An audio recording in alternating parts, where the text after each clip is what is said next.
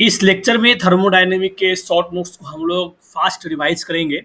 Thermodynamics में चलिए हम स्टार्ट करते हैं। तो टाइप्स ऑफ सिस्टम। तो टाइप्स ऑफ सिस्टम जो है बेसिकली दो तरह के हैं। एक हमारा ओपन सिस्टम है, दूसरा हमारा क्या है, क्लोज सिस्टम है। ठीक है। तो ओपन सिस्टम में क्या होगा कि मास एनर्जी दोनों का इंट्रैक्शन होता है। मतलब mass and energy both can flow in and out of the system. इसका एग्जांपल है बॉयलर, टरबाइन, एक्सेट्रा। जो कि जितने भी प्रैक्टिकल इक्विपमेंट है, cylinder, piston with open valve, ये सारा ओपन सिस्टम में आ गया। और क्लोज की अगर हम बात करें तो ओनली एनर्जी का इंट्रैक्शन होगा। यहाँ मास प्लस एनर्जी दोनों है, यहाँ पे सिर्फ एनर्जी है, मास का इंट्रैक्शन नहीं होगा। जैसे कि पिस्टन सिलेंडर का जो हमारा अरेंजमेंट है जिसमें कोई वॉल्व नहीं है, वो हमारा एग्जाम्पल ऑफ क्लोज सिस्टम है। थर्ड है आइसोलेटेड सिस्टम का। इसमें क्या होगा, neither the mass nor energy interaction will take place. And यहाँ पे क्या होगा कि एग्जांपल आपका होगा यूनिवर्स। यूनिवर्स जो हमारा है दैट इज आइसोलेटेड।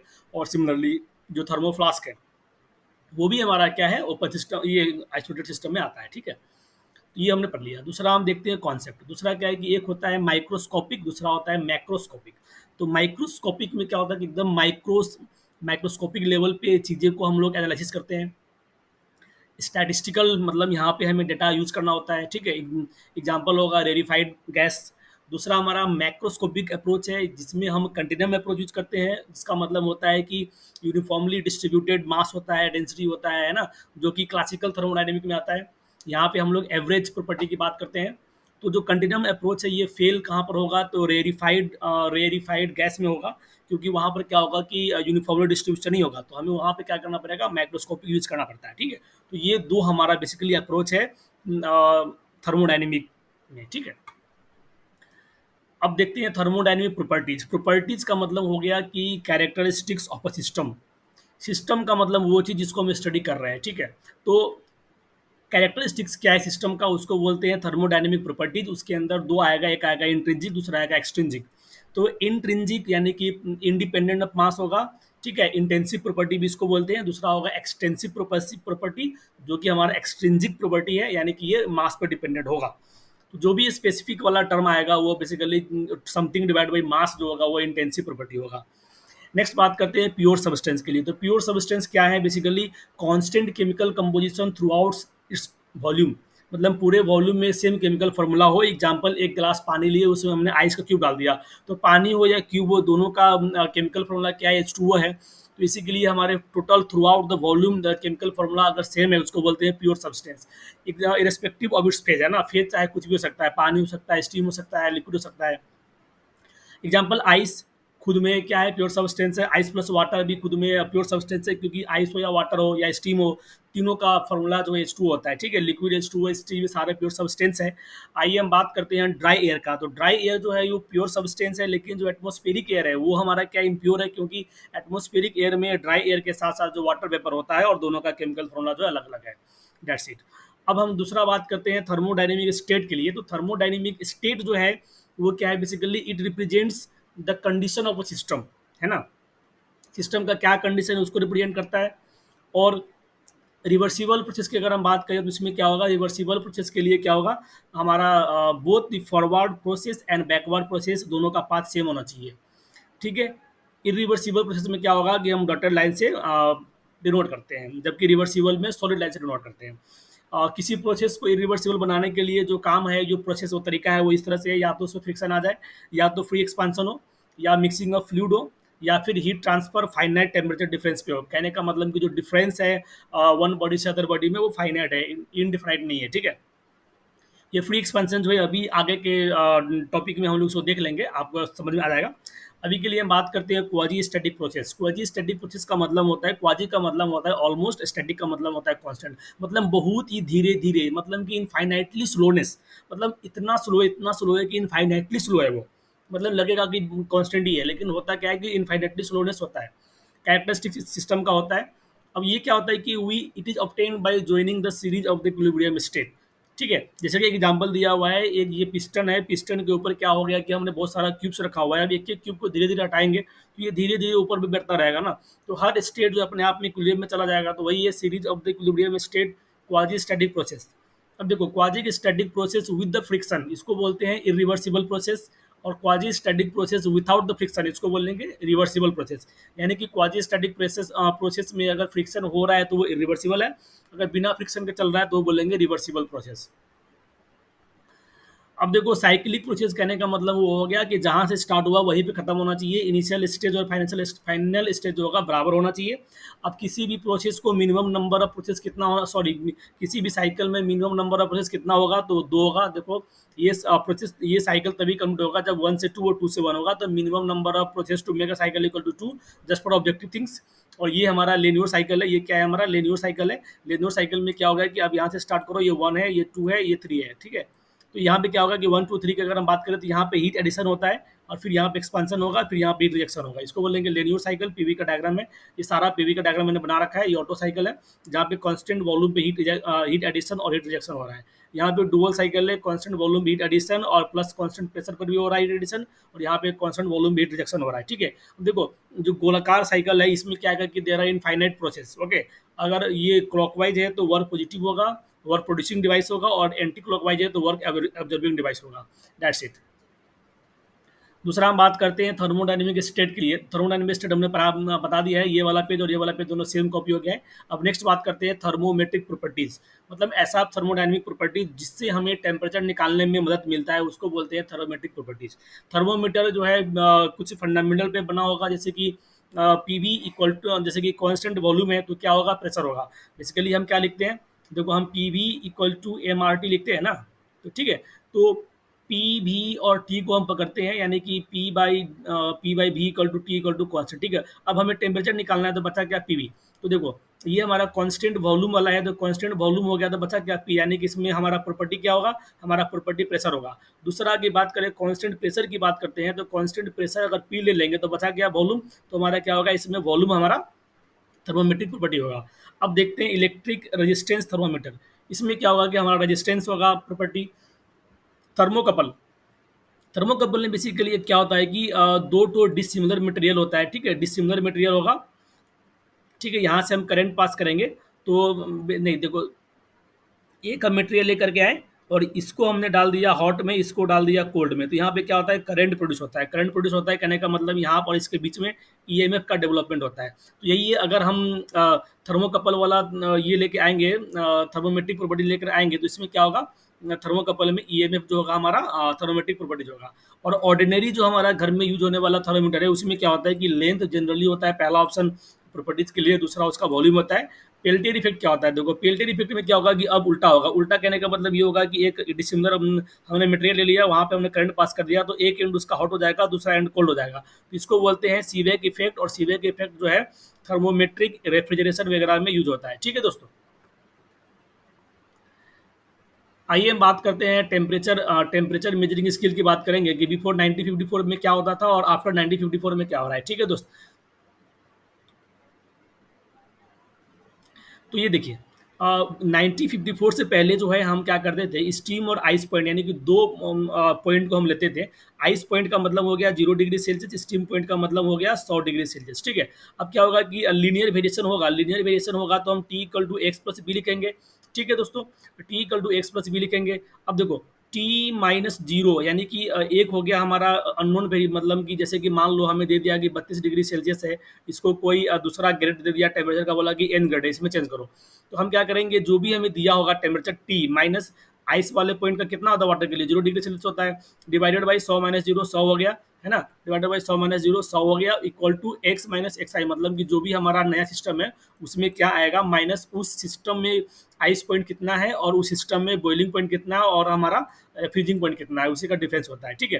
तो जैसे यहाँ हमने डिग्री सेंटीग्रेड का दिया हुआ है कि C - 0/100 - 0 will be equal to F - 32/212 - 32 यानी कि 180 इक्वल टू R/180। आर क्या है, रैंकिंग साइकिल है, रैंकिंग स्केल है, एफ से फॉरनाइट है, सी से डिग्री सेल्सियस है, ठीक है। मान लो कोई नया स्केल में हमें कन्वर्ट करना है डिग्री सेल्सियस को, तो क्या करेंगे, C/100 equal to x minus freezing point divided by boiling point minus freezing point, that's it. I मतलब आइस पॉइंट, सी एस मतलब स्टीम पॉइंट। आइए हम बात करते हैं आफ्टर 1954। आफ्टर 1954 एक कॉन्सेप्ट पकड़ा गया ट्रिपल पॉइंट ऑफ वाटर के लिए। ट्रिपल पॉइंट ऑफ वाटर क्या होता है? ट्रिपल पॉइंट ऑफ वाटर वो वाटर है जहाँ पे तीनों फेज सेम पॉइंट पर होगा, ठीक है। जैसे कि ये डायग्राम में ट्रिपल पॉइंट यहाँ पर है, यानी यहाँ पर क्या होगा, डिग्री फ्रीडम जीरो होगा, तीनों के तीनों सॉलिड लिक्विड और गैस तीनों को एग्जिस्ट करेंगे। अब ट्रिपल पॉइंट ऑफ वाटर के लिए जो टेम्परेचर होता है वो होता है 273.16, ठीक है। आपको याद होना चाहिए कि अगर हमें किसी भी डिग्री सेल्सियस टेम्परेचर को ठीक हो केल्विन में चेंज करना है तो हमें 273.15 ऐड करते हैं, ठीक है। लेकिन जो केल्विन वाला टेम्परेचर है वो कितना है, वो जो हमारा ट्रिपल पॉइंट का टेम्परेचर है वो होता है 273.16, ठीक है। 16 और 15 में 0.01 का डिफरेंस है, दैट्स इट। अब देखो हमें क्या पता है कि भाई पी वी इक्वल टू, हमें क्या पता है कि P V equal to M R T होता है, P V equal to M R T होता है, तो कोई बात नहीं है। तो यहाँ से क्या हो गया कि हमारा P is the T is the function of P हो गया, मतलब कि टी बाई पी कॉन्स्टेंट हो गया, टी बाई पी कॉन्स्टेंट हो गया। तो टी बाई पी एक किसी भी पॉइंट पर और T by P triple point भी कॉल होगा। तो हमें क्या निकालना है, ट्रिपल पॉइंट पे जो है ट्रिपल पॉइंट पे जो हमें टेम्परेचर है वो हमें टेम्परेचर निकालना है। किसी भी चीज़ का टेम्परेचर निकालना हो तो T by P of triple point into P हो गया, है ना। तो देखो यही हो गया कि अब टी की वैल्यू हम रख देंगे 273.16। इसी के लिए क्या होगा, किसी भी चीज़ का जो थर्मोमीटर जो टेम्परेचर होगा that will B 273.16 into the pressure divided by pressure at the triple point. अब देखो ऐसे जब हम लोग ग्राफ बनाते हैं तो ये वाला जो पॉइंट होता है ये क्रिटिकल पॉइंट होता है, ये वाला जो पॉइंट होता है दैट इज द कौन सा पॉइंट, ये वाला जो पॉइंट होगा ट्रिपल पॉइंट होगा, ठीक है। ट्रिपल पॉइंट बेसिकली आगे भी आएगा लेकिन मैं बता देता हूँ, जैसे कि ये और ये हो गया, होगा क्या कि देखो होगा ये कि यहाँ पर जो होगा वो लिक्विड होगा, इधर सॉलिड होगा, इधर हमारा गैस होगा, ठीक है। और ये वाटर के लिए इसका स्लोप नेगेटिव हो जाएगा, आगे हम देख लेंगे। अभी के लिए बस इतना याद रखो कि ये वाला जो पॉइंट है वाटर के लिए 101 डिग्री सेल्सियस होता है और इसका जो प्रेशर होगा वो 221.2 होगा, कितना होगा 221.2 बार होगा, और ये 101 डिग्री सेल्सियस होगा। लेकिन ट्रिपल पॉइंट यानी कि यहाँ के बात करें, नीचे वाला बात करें तो वहाँ पर टेम्परेचर जो होगा 0.01 डिग्री सेल्सियस, 0.01 डिग्री सेल्सियस होगा। और जो टेम्परेचर होगा केल्विन में करेंगे तो 273.16 आएगा, ठीक है दोस्तों। प्रेशर की बात करें तो 4 होगा, 4 होगा। और हमारा इसको इसी को हम अगर बार में करेंगे कन्वर्ट तो 0.0611 बार होगा, 0.0611 बार होगा, या फिर 0.611 किलो पास्कल होगा, या फिर 611 हमारा क्या होगा पास्कल में हो जाएगा, जो कि 0.6% एटमोस्फेरिक का होता है, ठीक है। That's it. देखो प्रेशर जो हम बेसिकली प्रेशर गेज की बात करें तो नेगेटिव गेज का मतलब होता है वैक्यूम। बेसिकली क्या है कि ये हमारा डेटम है, डेटम पे जो हमारा प्रेशर है वो क्या होता है, जीरो होता है। और ये हमारा एटमॉस्फेरिक प्रेशर है, और इससे ऊपर जाएंगे तो पॉजिटिव गेज, इससे नीचे आएंगे तो नेगेटिव गेज। नेगेटिव गेज वाले को वैक्यूम बोलते हैं, डेट्स इट, ठीक है। प्रेशर जो एटमॉस्फेरिक पे होता है वो होता है 1.01325 बार होता है, ठीक है। अब P V equal to N R T होता है, क्या होता है, P V equal to N R T होता है।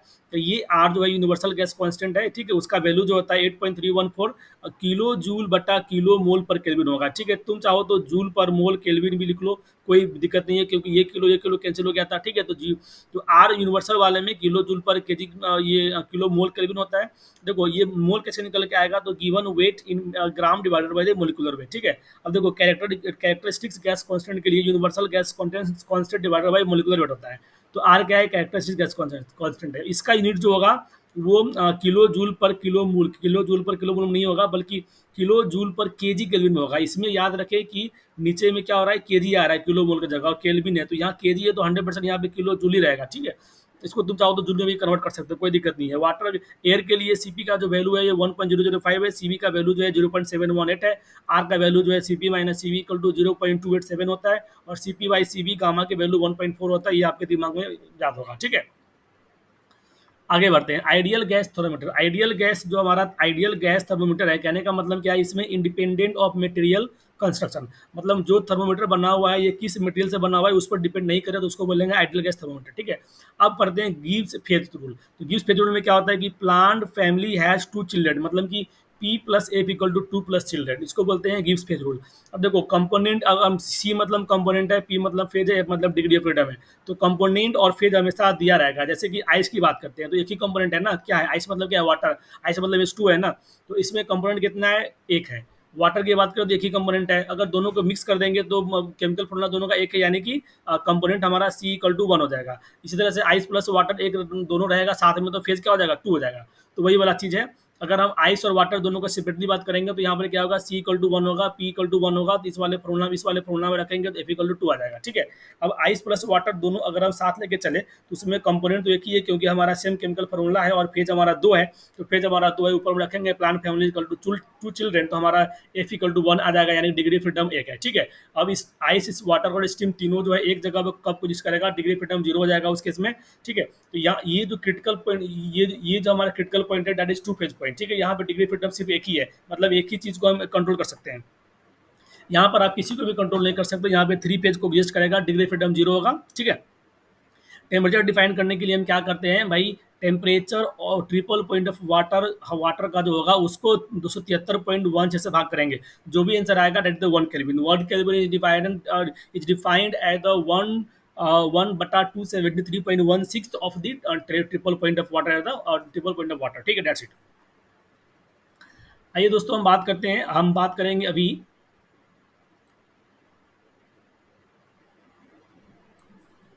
हम बात करेंगे पॉइंट फंक्शन के लिए और पाथ फंक्शन के लिए। ठीक है, तो देखो प्रॉपर्टीज की बात करते हैं, बेसिकली हम पॉइंट फंक्शन की बात करते हैं। पॉइंट फंक्शन की अगर हम बात करें तो कुछ नहीं है, अगर ये वाला पॉइंट है, ये वाला पॉइंट है, यहाँ से यहाँ अगर हम आ रहे हैं, चाहे इस रास्ते से आए, चाहे इस रास्ते से आए, चाहे कोई रास्ते से आए, अगर हमारा सेम काम हो रहा है, सेम चीज वैल्यू में कोई चेंज नहीं हो रहा, तो उसको बोलेंगे पॉइंट फंक्शन। और पाथ फंक्शन में क्या होगा कि वो पाथ पर डिपेंडेंट है, अगर आप इससे आएंगे तो अलग आंसर आएगा, इससे आएंगे तो अलग आंसर आएगा, सीधा होगा तो अलग आंसर आएगा। ठीक है, तो इसको बोलते हैं पॉइंट, इसको बोलते हैं पाथ फंक्शन। ठीक है, अब पॉइंट फंक्शन का एग्जांपल क्या है, पॉइंट फंक्शन का तो प्रेशर हो गया, वॉल्यूम हो गया, टेम्परेचर हो गया, they all are the PVT are the point functions. And path function की अगर हम बात करें तो डिपेंड अपॉन द पाथ, यहाँ पे बिग एग्जांपल क्या है, हीट और वर्क है। हीट और वर्क दोनों जो है पाथ पर डिपेंड करता है, आप किस रास्ते से आए हो उस पर ज़्यादा हीट होगा, और दूसरे रास्ते से आओगे तो हो सकता है कम हीट और वर्क हो। ठीक है, तो ये दोनों क्या है, पाथ फंक्शन है। अब एग्जैक्ट डिफरेंशिएशन की बात करते हैं। देखो पॉइंट फंक्शन जो होगा, जो हमारा पॉइंट फंक्शन है, they are the property, they are exact differential equations. और जो हमारा पाथ फंक्शन है, जो हमारा पाथ फंक्शन है, they are not the property, they are the inexact differential equation. तो जो एग्जैक्ट डिफरेंशियल इक्वेशन है, कहने का मतलब ये होगा कि उसका साइक्लिक इंटीग्रेशन जो है जो होगा वो जीरो होगा, और यहाँ पर हम स्मॉल डी यूज करेंगे, जैसे कि पी बी टी हो गया, तो उसके पी के आगे स्मॉल डी लगेगा, बी के आगे स्मॉल डी लगेगा, टी के आगे स्मॉल डी लगेगा। ठीक है, लेकिन इन एग्जैक्ट होगा तो इसका साइक्लिक इंटीग्रेशन जीरो के बराबर नहीं होगा। एक तो हीट और वर्क हो गया, और इसमें हम डी ना यूज करके डेल्टा यूज करेंगे। ठीक है, आगे भी आपको इस तरह का चीज़ हम बताएंगे। अब जैसे कि ये देखो पॉइंट, ये जो हमारा है पॉइंट फंक्शन जो है, प्रॉपर्टी जो होता है एग्जैक्ट डिफरेंशिएशन होता है, इसी के लिए DP DV D T use करते हैं हम लोग। पीवीटी हमारा क्या है, पॉइंट फंक्शन है। पाथ फंक्शन की बात करें तो प्रॉपर्टी नहीं है, इनएग्जैक्ट है, इसी के लिए हमें क्या यूज करना पड़ेगा, डेल यूज करना पड़ेगा इस तरह का, या फिर डी काट के वाला यूज करना पड़ेगा। और वर्क की अगर हम बात करें, क्यू की बात करें, तो हमेशा वन से टू नहीं लिख सकते, क्योंकि वन से टू कैसे गया वो भी लिखना पड़ेगा, किस रास्ते से गया, वन से टू जाते समय ए के थ्रू गया या बी के थ्रू गया। ठीक है, अलग अलग होगा, इसीलिए हमें पूरा प्रॉपर से लिखना पड़ेगा। आइए अगर हम बात करते हैं कांस्टेंट वॉल्यूम की बात करते हैं। कांस्टेंट वॉल्यूम का मतलब होता है आइसोकोरिक, आइसोकोरिक को हम आइसोमेट्रिक भी बोलते हैं। कांस्टेंट प्रेशर का मतलब होता है आइसोबेरिक, आइसोबेरिक का मतलब होता है आइसोपिस्टिक भी इसको बोलते हैं। आइसोथर्मल की बात करें तो कांस्टेंट टेम्परेचर होता है, जिसको हम लोग हाइपरबोलिक ही बोलते हैं। ठीक है दोस्तों, तो कांस्टेंट वॉल्यूम मतलब आइसोकोरिक या फिर आइसोमेट्रिक। ठीक है, और कांस्टेंट प्रेशर बोलेगा तो आइसोपिस्टिक, और आइसोथर्मल बोलेगा तो कांस्टेंट टेम्परेचर, जो कि हाइपरबोलिक होता है। Boundary of the control volume, ये हमारा कंट्रोल वॉल्यूम है, तो इसके जो बाउंड्री है उसको बोलते हैं कंट्रोल वॉल्यूम। ठीक है, ये बहुत इंपॉर्टेंट होता है, ये हमारा कंट्रोल वॉल्यूम है, सॉरी, और ये हमारा जो डॉटेड लाइन है क्या है, कंट्रोल सरफेस है। ठीक है, देखो वर्क इंटरेक्शन का मतलब क्या होता है, वर्क इंटरेक्शन के मतलब आप सिंपल याद रखना, you have to see the external to the system. System के बाहर कुछ अगर इफेक्ट हो रहा है तो उसको बोलेंगे वर्क इंटरेक्शन हो रहा है। देखो यहाँ पे बैटरी है, बैटरी ने अपना काम किया, बैटरी ने अपना काम किया, मोटर को चलाया, मतलब कि बैटरी के बाहर जो है मोटर में इफेक्ट आ रहा है, मतलब कि बैटरी क्या है, वर्क दे रहा है। ठीक है, बैटरी और मोटर दोनों को हम साथ में ले लेंगे, दोनों को साथ में ले लेंगे तो यहाँ क्या होगा, फैन चल रहा है, मतलब यहाँ पे वर्क आ रहा है, एक्सटर्नल टू सिस्टम हमारा क्या है, फैन है। अब अगर हम सभी के एक को सिस्टम में कंसिडर कर लेंगे तो क्या होगा, फिर सारे को एक सिस्टम में कंसिडर कर लेंगे तो क्या होगा, कोई वर्क नहीं आ रहा है, कोई वर्क नहीं आ रहा है, यानी कि बैटरी, मोटर और फैन तीनों को हम एक साथ मान के चले तो बाहर कोई इफेक्ट नहीं है, यानी कि ये हमारा वर्क यहाँ पे नहीं मिला। ठीक है, आइए हम बात करते हैं टाइप्स ऑफ वर्क की बात करते हैं। टाइप्स ऑफ वर्क की बात करेंगे तो दो तरह के काम है बेसिकली, एक हमारा क्लोज सिस्टम हो गया, दूसरा हमारा ओपन सिस्टम हो गया। ठीक है, तो क्लोज सिस्टम की बात करेंगे तो क्लोज सिस्टम को हम लोग नॉन फ्लो सिस्टम भी बोलते हैं, या फिर कंट्रोल मास भी बोलते हैं। ठीक है, और ओपन सिस्टम को हम लोग, ओपन सिस्टम में भी हम लोग स्पेसिफिकली स्टडी फ्लो को पढ़ेंगे, स्टडी फ्लो भी इसको बोलते हैं, और फ्लो वर्क भी बोलते हैं, और इसको कंट्रोल वॉल्यूम बोलते हैं, इसको कंट्रोल मास बोलते हैं, क्लोज वाले को याद रहे। जो क्लोज है वो बेसिकली पीडीवी होता है, वो क्या होता है, बेसिकली पीडीवी होता है। पीडीवी का मतलब हो गया वी हमारा एक्सिस जो होगा, ये हमारा जो वॉल्यूम का एक्सिस है, इस पे हम लोग क्या करते हैं, एरिया का प्रोजेक्शन लेते हैं। ठीक है दोस्तों। दूसरा क्या है कि जो हमारा ओपन सिस्टम है, इसमें हम लोग माइनस बीडीपी वाला फॉर्मूला यूज करते हैं, और हम जो करते हैं, हम अपना जो एरिया है वो प्रेशर एक्सिस पे लेते हैं। ठीक है। वर्क की अगर हम बात करें क्लोज सिस्टम के लिए, ओपन सिस्टम के लिए, तो कांस्टेंट वॉल्यूम का जो प्रोसेस है, आइसोकोरिक इसको बोलते हैं। यहाँ पे क्या होता है, कांस्टेंट वॉल्यूम है तो डीवी जीरो हो गया, तो पीडीवी जीरो हो गया, वर्क जीरो हो गया, वर्क जीरो हो गया। लेकिन ओपन सिस्टम में क्या होता है कि माइनस बीडीपी होता है, इसलिए हमारा भी तो जीरो है नहीं, डीवी जीरो है ना, लेकिन बी जीरो तो नहीं है, यानी कांस्टेंट वॉल्यूम पर P two minus P one आएगा। तो इसी के लिए हमने नेगेटिव हटाने के लिए P one minus P two कर दिया, ये हमारा वर्क आ गया। कांस्टेंट प्रेशर की बात करें, आइसोबेरिक की बात करें, तो पीडीबी लगाना पड़ेगा वर्क इक्वल टू कल क्लोज के लिए, तो हमारा क्या आ जाएगा, P time V final minus B initial, यानी V two minus B one हो गया। ठीक है। ओपन सिस्टम की बात करें तो माइनस बी डी पी है, डीपी इक्वल टू जीरो हो गया, क्योंकि कॉन्स्टेंट प्रेशर है तो वर्क जीरो हो गया। आइसोथर्मल की बात करें तो यहाँ पर same same same same same same वाला गाना चलता है। कहने का मतलब सेम क्या है, तो work equal to C, C यानी constant time L N of V two by V one, या फिर L N of P one by P two. याद रहे, वॉल्यूम लेंगे तो V two by V one, pressure लेंगे तो P one by P two होगा। सी क्या है, तो कुछ भी नहीं भाई, P V equal to M R T लिखते हो ना, वही है P one we one equal to P two, P two equal to M R T one equal to M R T two. ठीक है, दैट्स इट। एडियाबेटिक की अगर हम बात करें, जहाँ पर क्यू जीरो होता है, वहाँ पे वर्क क्या होगा, एडियाबेटिक का इक्वेशन क्या होता है, पीवी के पर गामा इक्वल टू कांस्टेंट होता है। तो यहाँ पर जो वर्क होगा, याद रहे, वन से टू कटाना है, यानी कि P one B one minus P two divided by gamma minus one. ठीक है। और P V equal to M R T होता है, तो यहाँ पर एम आर कॉमन ले लेंगे, T one minus T two by gamma minus one भी आ गया। ठीक है, दैट्स इट। अब पोलिट्रोपिक की अगर की बात करें, पोलिट्रोपिक का मतलब होता है पीवी के power N equal to constant, तो गामा की जगह पर एन रख दो, बाकी सब सेम लिख दो, तो वो आ जाएगा work equal to P one B one minus P two by N minus one, या फिर M R T one minus T two by N minus one हो गया। ठीक है। अगर हम ओपन की बात करें तो डब्लू जो है ओपन सिस्टम में जो एडियाबेटिक के लिए, तो वहाँ पर क्या होगा कि वर्क डन जो होगा, तो एडियाबेटिक के लिए क्यू यहाँ पर जीरो नहीं होगा। सबसे पहली बात समझना पड़ेगा कि एडियाबेटिक के लिए क्यू जीरो होता है, लेकिन पोलिट्रोपिक के लिए क्यू हमारा जीरो नहीं होता है। अभी हम यहाँ पर आगे देख लेंगे कि पोलिट्रोपिक के लिए क्यू की वैल्यू क्या होता है। ठीक है। अभी क्यू वैल्यू जीरो नहीं होता है। अब देखो, तो वर्क कितना होगा, वर्क जो होगा, जो क्लोज सिस्टम के लिए पोलिट्रोपिक का हमने वर्क निकाला है, उसमें गामा से गुना करना है। कहने का मतलब P one B one minus P two by gamma minus one में गामा से गुना करना है, और सिमिलरली पोलिट्रोपिक के लिए हमें यहाँ पर एन से गुना करना है। ठीक है। तो वही है gamma by gamma minus one, P one B one minus P two हो गया, या फिर पी वन बी वन को जगह M R T one minus two लिख सकते हैं। और ये सब की, और एम आर, और इसकी जगह पर ना डायरेक्ट हम P two by P one के power gamma minus one by gamma minus one भी लिख सकते हैं। ठीक है। तो वही हम लिखे रहे हैं यहाँ पर। ठीक है। यहाँ पर क्या है, एन टाइम हो जाता है, दैट्स इट।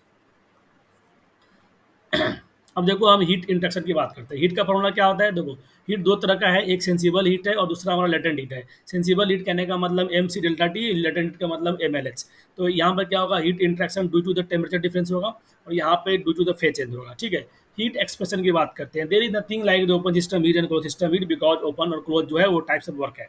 अब आइए हम बात करते हैं कि कैसे कैसे हीट निकालेंगे अगर हमारा आइसोकोरिक प्रोसेस होगा। आइसोकोरिक होगा मतलब कॉन्स्टेंट वॉल्यूम होगा, वी इक्वल टू कॉन्स्टेंट होगा, तो यहाँ पर एनर्जी जो होगा बेसिकली इंटरनल एनर्जी का चेंज होगा, और इंटरनल एनर्जी का जो चेंज होता है कॉन्स्टेंट वॉल्यूम पे लिया जाता है, तो एम सी बी डी टी होगा। ठीक है। सिमिलरली आइसोबेरिक जो होगा, यानी प्रेशर कॉन्स्टेंट होगा यहाँ पर, यानी कि सी पी होगा, यानी कि एम सी बी डी टी, यानी कि डेल्टा एच, यानी कि डेल्टा क्यू। ठीक है। ये दोनों के दोनों सारे प्रोसेस के लिए अप्लीकेबल है। आइसोथर्मल की बात करें तो टी इक्वल टू कॉन्स्टेंट, तो जब भी टी इक्वल टू कॉन्स्टेंट होगा, तो यहाँ वाला गाना जो है इसका गुण यहाँ भी है, सेम सेम सेम सेम, यानी कि जो हमारा क्यू होगा और जो डब्ल्यू होगा दोनों बराबर होगा, वो आएगा C L N B two by B one आएगा, that will be equal to C L N P one P two. देखो, और सी क्या है, सी हमारा P one B one equal to P two equal to M R T one equal to M R T two है। ठीक है। होता कैसे है कि फर्स्ट लॉक आता है कि delta Q equal to delta U plus P D V. ठीक है, यानी कि डेल्टा वर्क। तो इन अब क्या आएगा, आइसोथर्मल इनमें टी कॉन्स्टेंट तो क्या हो गया, डेल्टा यू जीरो हो गया, यानी कि क्यू और वर्क हमारा दोनों सेम हो गया। तो वही है, क्यू और वर्क हमने सेम लिखा हुआ है। ठीक है। एडियाबेटिक प्रोसेस के लिए क्यू जीरो हो गया, डेट्स इट, लेकिन पोलिट्रोपिक के लिए क्यू जीरो नहीं होगा। तो क्यू क्या होगा, तो भाई साहब यहाँ पर हमने जो पोलिट्रोपिक के लिए जो हमने वर्क निकाला है, पोलिट्रोपिक क्लोज के लिए जो हमने वर्क निकाला है, उसी में हमें क्या गुना करना है, ओपन वाले के लिए, सॉरी क्लोज वाले के लिए, क्लोज वाले के लिए जो वर्क था ना, यानी क्या था हमारा, हमारा क्या था क्लोज वाले के लिए, पोलिट्रोपिक में क्लोज के लिए वर्क क्या था, P one B one minus P two by N minus one. ठीक है। और यानी कि ये वाला वर्क है, और हमें ओपन सिस्टम में ही वर्क निकालना था, तो हमने गामा से गुना किया या फिर एन से गुना किया था। अब यहाँ पे क्या हीट निकालना है, तो हम क्या करेंगे, गामा माइनस एन बट्टा एन, गामा माइनस वन। ठीक है। याद रहे, गामा गामा दोनों में सेम है, तो गामा माइनस एन बट्टा गामा माइनस वन से गुना किए हैं। ठीक है। तो ये हमारा क्या आ गया, पोलिट्रोपिक हीट निकल के आ गया। पोलिट्रोपिक में क्यू जीरो नहीं होगा, Q equal to gamma minus one में gamma minus one, P one B one minus P two by N minus one, याद रहे, और पी यहाँ से कॉमन लेंगे, एम आर टी वन से टू आ जाएगा, दैट्स इट। ठीक है। ये हमारा हो गया। इंपॉर्टेंट थ्योरी के क्रम में हमारा आगे ये है कि भाई मान लेते हैं कि गामा जो है वैल्यू ज़्यादा है एन से और वन से ज़्यादा है। ये एन इसे है क्या, बेसिकली मान के चलते हैं पीवी के पावर के इक्वल टू कॉन्स्टेंट है, ठीक है। के इज एनी वेरिएबल, के का वैल्यू कुछ भी हो जाएगा, हमारा प्रोसेस में एक इक्वेशन नया पीवी के पावर बन जाएगा, ठीक है। मान लेते हैं के का वैल्यू जीरो है तो बी इक्वल टू बी के पावर जीरो यानी बी इक्वल टू वन हो गया, यानी कि बी के power zero equal to one हो गया, यानी कि पी इक्वल टू कॉन्स्टेंट यानी कि आइसोमेरिक प्रोसेस हो गया, ठीक है। और के इक्वल टू वन होगा तो पीवी के पावर कॉन्स्टेंट होगा, यानी कि हमारा क्या हो जाएगा, आइसोथर्मल प्रोसेस हो जाएगा, ठीक है। और के इक्वल टू एन होगा तो हमारा क्या हो जाएगा कि एन के वैल्यू यहाँ वन पुट करेंगे तो पीवी इक्वल टू कॉन्स्टेंट यानी कि ये हमारा आइसोथर्मल हो गया। K equal to N put करेंगे तो पीवी के power N equal to constant यानी कि पोल्ट्रोविक हो गया। K equal to gamma put करेंगे तो पीवी के power gamma equal to constant यानी कि हमारा एडिटिव हो गया। के इक्वल टू इनफाइनाइट मतलब बी के पावर इनफाइनाइट मतलब बी यानी क्या हुआ, बी इक्वल टू यानी कि भी वाला टर्म ही ज्यादा हो गया, पी वाला टर्म नेग्लिजिबल हो गया, यानी कि भी इक्वल टू कॉन्स्टेंट यानी कि आइसोकोरिक प्रोसेस हो गया। अब देखो ये हमारा जो है के इक्वल टू जीरो का लाइन है, ये हमारा कौन सा लाइन है, के इक्वल टू जीरो का लाइन है। क्यों, क्योंकि ये हमारा आइसोबेरिक प्रोसेस है। आइसोबेरिक मतलब ये हमारा पी क्या है, यहाँ पर कॉन्स्टेंट है। अब जैसे जैसे आगे जाएंगे तो ये के इक्वल टू वन होगा, फिर के इक्वल टू एन होगा, फिर के इक्वल टू गामा होगा, फिर के इक्वल टू इन्फिनिटी होगा। के इक्वल टू इन्फिनिटी करेंगे तो क्या होगा, हमारा वॉल्यूम की टर्म ही ज़्यादा रहेगा, इसी के लिए हमारा ये वाला टर्म आ जाएगा, ठीक है। तो हमारा क्या होगा कि भाई क्लॉकवाइज डायरेक्शन में बढ़ना है, क्लॉकवाइज बढ़ना है। और हमारा देखो ये के इक्वल टू जीरो है तो इधर से K equal to one N gamma बढ़ता जाएगा। अगर ये हमारा के जीरो है तो इधर से हमारा वन एन गामा बढ़ता जाएगा, ठीक है। ये हमारा क्या होता है, ऑब्जेक्टिव में काम आता है। और देखो जो स्लोप होगा पीवी का यानी delta P by delta V जो होगा that will be some constant time minus में पी बाई वी। और ये हमारा कांस्टेंट के क्या है, बेसिकली कांस्टेंट के जो है वो है क्या चीज़, तो उसका वैल्यू हमने क्या यहाँ पे लिख रखा है पीवी के पावर के उसके थ्रू होता है, ठीक है। अब जैसे कि देखो यहाँ पर D P by D B को स्लोप ऑफ प्रोसेस पे बोलते हैं, और D P by D B P B के पावर गामा वाला कॉन्स्टेंट यानी कि स्लोप ऑफ एडियाबेटिक प्रोसेस बोलते हैं, ठीक है। अब देखो प्रोसेस मान कर चलते हैं आइसोथर्मल यानी कि पीवी के पावर यानी कि पीवी इक्वल टू कॉन्स्टेंट यानी कि के वैल्यू क्या है, वन है, के वैल्यू वन होगा तो पीवी इक्वल टू कॉन्स्टेंट होगा, उसका आइसोथर्मल बोलेंगे। पी इक्वल टू कॉन्स्टेंट होगा यानी कि D P by D B जो होगा यहाँ पे के वैल्यू वन पुट करेंगे तो माइनस पी बाई बी आ जाएगा, ठीक है। और पॉलिट्रोपिक की बात करेंगे तो यहाँ पे के वैल्यू एन पुट करेंगे, के वैल्यू एन पुट करेंगे तो N time minus P by B आ जाएगा, ठीक है। मतलब देखो माइनस पी बाई बी को हम स्लोप ऑफ आइसोथर्मल लिख सकते हैं, यानी कि एन टाइम क्या हो गया, स्लोप ऑफ आइसोथर्मल हो गया। और एडियाबेटिक की अगर हम बात करेंगे delta P by delta B जो हो गया एडियाबेटिक के लिए, ये क्या हो जाएगा, के की जगह पर गामा पुट करेंगे तो gamma by minus P by B हो गया, यानी कि gamma time slope of isothermal हो गया, डेट्स इट। अब देखो स्पेसिफिक हीट कैसे निकालेंगे, तो Q equal to M C delta T होता है, C equal to specific heat capacity होता है, जो कि हमारा आ जाएगा सी की वैल्यू क्या आ जाएगा, क्यू बटा M divide by delta T हो जाएगा, क्यू बटा एम डेल्टा टी हो गया, ठीक है। अब देखो सी का जो वैल्यू है बेसिकली किलो जूल पर किलो केल्विन में होता है, सी बी गामा सब का वैल्यू, आर के वैल्यू लेकिन क्या होगा, किलो मोल बटा के जी किलो जूल बटा किलो मोल पर केल्विन होगा। सॉलिड और लिक्विड के लिए सी का value does not depend upon the process of heat addition, but gas के केस में ये क्या होगा, सीपी और सीवी पे डिपेंड करता है। अब देखो प्रोसेस की अगर हम बात करते हैं किस प्रोसेस में कितना आएगा स्पेसिफिक हीट, तो आइसोकोरिक बोलेंगे तो भी कॉन्स्टेंट यानी कि सीबी हो गया, आइसोबेरिक बोलेंगे तो पी कॉन्स्टेंट यानी कि सीपी हो गया। आइसोथर्मल की बात करेंगे तो यानी कि आइसोथर्मल की बात करेंगे तो यहाँ पर डेल्टा टी जीरो पुट करेंगे तो क्या हो गया, जीरो हो गया, यानी क्यू बाई जीरो यानी कि इन्फिनिटी हो गया। यानी कि आइसोथर्मल प्रोसेस के लिए हमारा स्पेसिफिक हीट कितना हो गया, बहुत बहुत ज़्यादा हो गया। एडियाबेटिक की अगर हम बात करें तो क्यू जीरो यानी कि सी इक्वल टू जीरो हो गया, ठीक है, डेट्स इट। और पोलिट्रोपिक की बात करेंगे तो सी polytropic equal to C B के आगे कुछ होता है, इतना याद रखना। तो क्या होता है, तो हमने यहाँ पर पढ़ा था, हमने यहाँ पर पढ़ा था gamma minus N by gamma minus one, तो यहाँ पे गामा को, तो यहाँ पे क्या करो भाई, गामा को एन से रिप्लेस करो और एन को गामा से रिप्लेस करो, ठीक है। तो जो टर्म आएगा वही हमें लिखना है, सीबी के आगे क्या लिखना है, हमें क्या लिखना है भाई, देखो ये हमें रिप्लेस करना है। तो रिप्लेस करेंगे तो क्या क्या आ जाएगा, gamma minus N by gamma minus N तो एन माइनस गामा बटा एन माइनस वन हो जाएगा, ठीक है, डेट्स इट। अब देखो C P by C B के वैल्यू जो है गामा होता है, सी बी, अब सी बी के वैल्यू क्या होगा, तो सी बी के वैल्यू ये आपको याद करना पड़ेगा, सी बी के वैल्यू जो होता है आर बट्टा गामा माइनस वन होता है, ठीक है। और चूंकि यहाँ से C P equal to gamma time C B होगा तो ये क्या हो जाएगा, सी पी के value gamma R by gamma minus one हो जाएगा, जो कि हमने यहाँ पे लिखा है C P equal to gamma R by gamma minus one हो गया। और C P minus C B के वैल्यू आर होता है। अब देखो T two by T one के power P two by P one के पावर गामा माइनस वन में गामा होता है, और इस गामा को कट कर दोगे तो क्या हो जाएगा, यहाँ P two by P one था, यहाँ पे वी वन और वी टू हो जाएगा। लेकिन तुम स्मार्ट बनना चाहते हो, तुम चाहते हो कि नहीं मैं यहाँ पर वी टू बटा वी वन के टर्म में लिखूँ, तो फिर आपको one by gamma minus one करना पड़ेगा, ठीक है, दैट्स इट, वेरी इजी। एक और चीज़ होता है कि भाई देखो टीवी के power gamma minus one equal to constant होता है, पीवी के power gamma equal to constant, T V के power gamma minus one equal to constant, ठीक है। आइए हम हीट एंड वर्क की बात करते हैं। देखो सिमिलरिटी क्या है दोनों में, तो दोनों पाथ फंक्शन है, दोनों इनएग्जैक्ट डिफरेंशिएशन है, ठीक है। बाउंड्री फिनोमिनन दोनों बाउंड्री फिनोमिनन होता है। और ट्रांजिएंट एनर्जी इन ट्रांजिट मतलब कि ट्रांजिएंट एनर्जी मतलब कि जो ट्रांजिशन के टाइम पे एग्जिस्ट करता है, ठीक है। डिफरेंस की बात करें तो भाई देखो पीवी का एरिया और जो वर्क होता है, लेकिन हीट जो है टीएस का एरिया होता है। पीडीबी या बीडीबी दोनों वर्क देगा, लेकिन टीडीएस और एसडीटी क्या होगा, हीट देगा, ठीक है, that's it. all forms of energy interaction is the work except those energy interaction which is happening due to the temperature difference। मतलब डेल्टा टी वाले को छोड़ के बाकी जो है वो क्या है, वर्क वाला हो रहा है, ठीक है। अगर डेल्टा टी के कारण कुछ चेंज हो रहा है तो उसको बोलेंगे हीट, ठीक है। वर्क प्रोड्यूसिंग डिवाइस जो होता है हमेशा क्लॉकवाइज बनाया जाता है पीवीओ डायग्राम में, डेट्स इट। वर्क एब्जॉर्बिंग को हम क्या एंटी क्लॉकवाइज बनाते हैं, डेट्स इट। अब देखो बैटरी की अगर हम बात करें तो बैटरी में वर्क ट्रांसफर जीरो होगा, लेकिन क्यू इक्वल टू वहाँ पर हीट तो होगा ना, develop will be I square into R into T होगा, ठीक है। देखो ये पावर पावर जो होता है power equal to I into B होता है ना, तो हीट क्या हो जाएगा, हीट हो जाएगा, पी इंटू टी हो जाएगा, यानी कि आई बी टी भी हो जाएगा, ठीक है। और simply B equal to I R होता है, तो वहाँ से पुट पाट करके Q equal to I square R T लिख सकते हैं। अब देखो यहाँ पर जो हमने क्या बनाया है, ये हमारा ट्रिपल पॉइंट वाला हमारा ये है क्या बोलते हैं, कर्व है। इसमें ये जो है ये गैस और ये लिक्विड, यानी यहाँ पे लिक्विड होगा, इधर गैस होगा, इधर सॉलिड होगा। और ये वाला लाइन नॉर्मली है, लेकिन ये वाला लाइन जो है ये वाटर के लिए होगा, थोड़ा सा इसमें नेगेटिव स्लोप होता है वाटर के लिए, बाकी नॉर्मल के लिए होता है। वाटर का मैक्सिमम डेंसिटी 4 डिग्री सेल्सियस पे होता है, ये एनोमलस प्रॉपर्टी है वाटर होता है, ठीक है। अगर हम ग्राफ बनाएंगे पी और टी के बीच में वाटर के लिए, तो वाटर को हम मतलब क्या करेंगे कि प्रेशर को बढ़ाएंगे तो हमारा इस तरह से ग्राफ बनता है, ठीक है, वॉल्यूम डिक्रीज करेगा।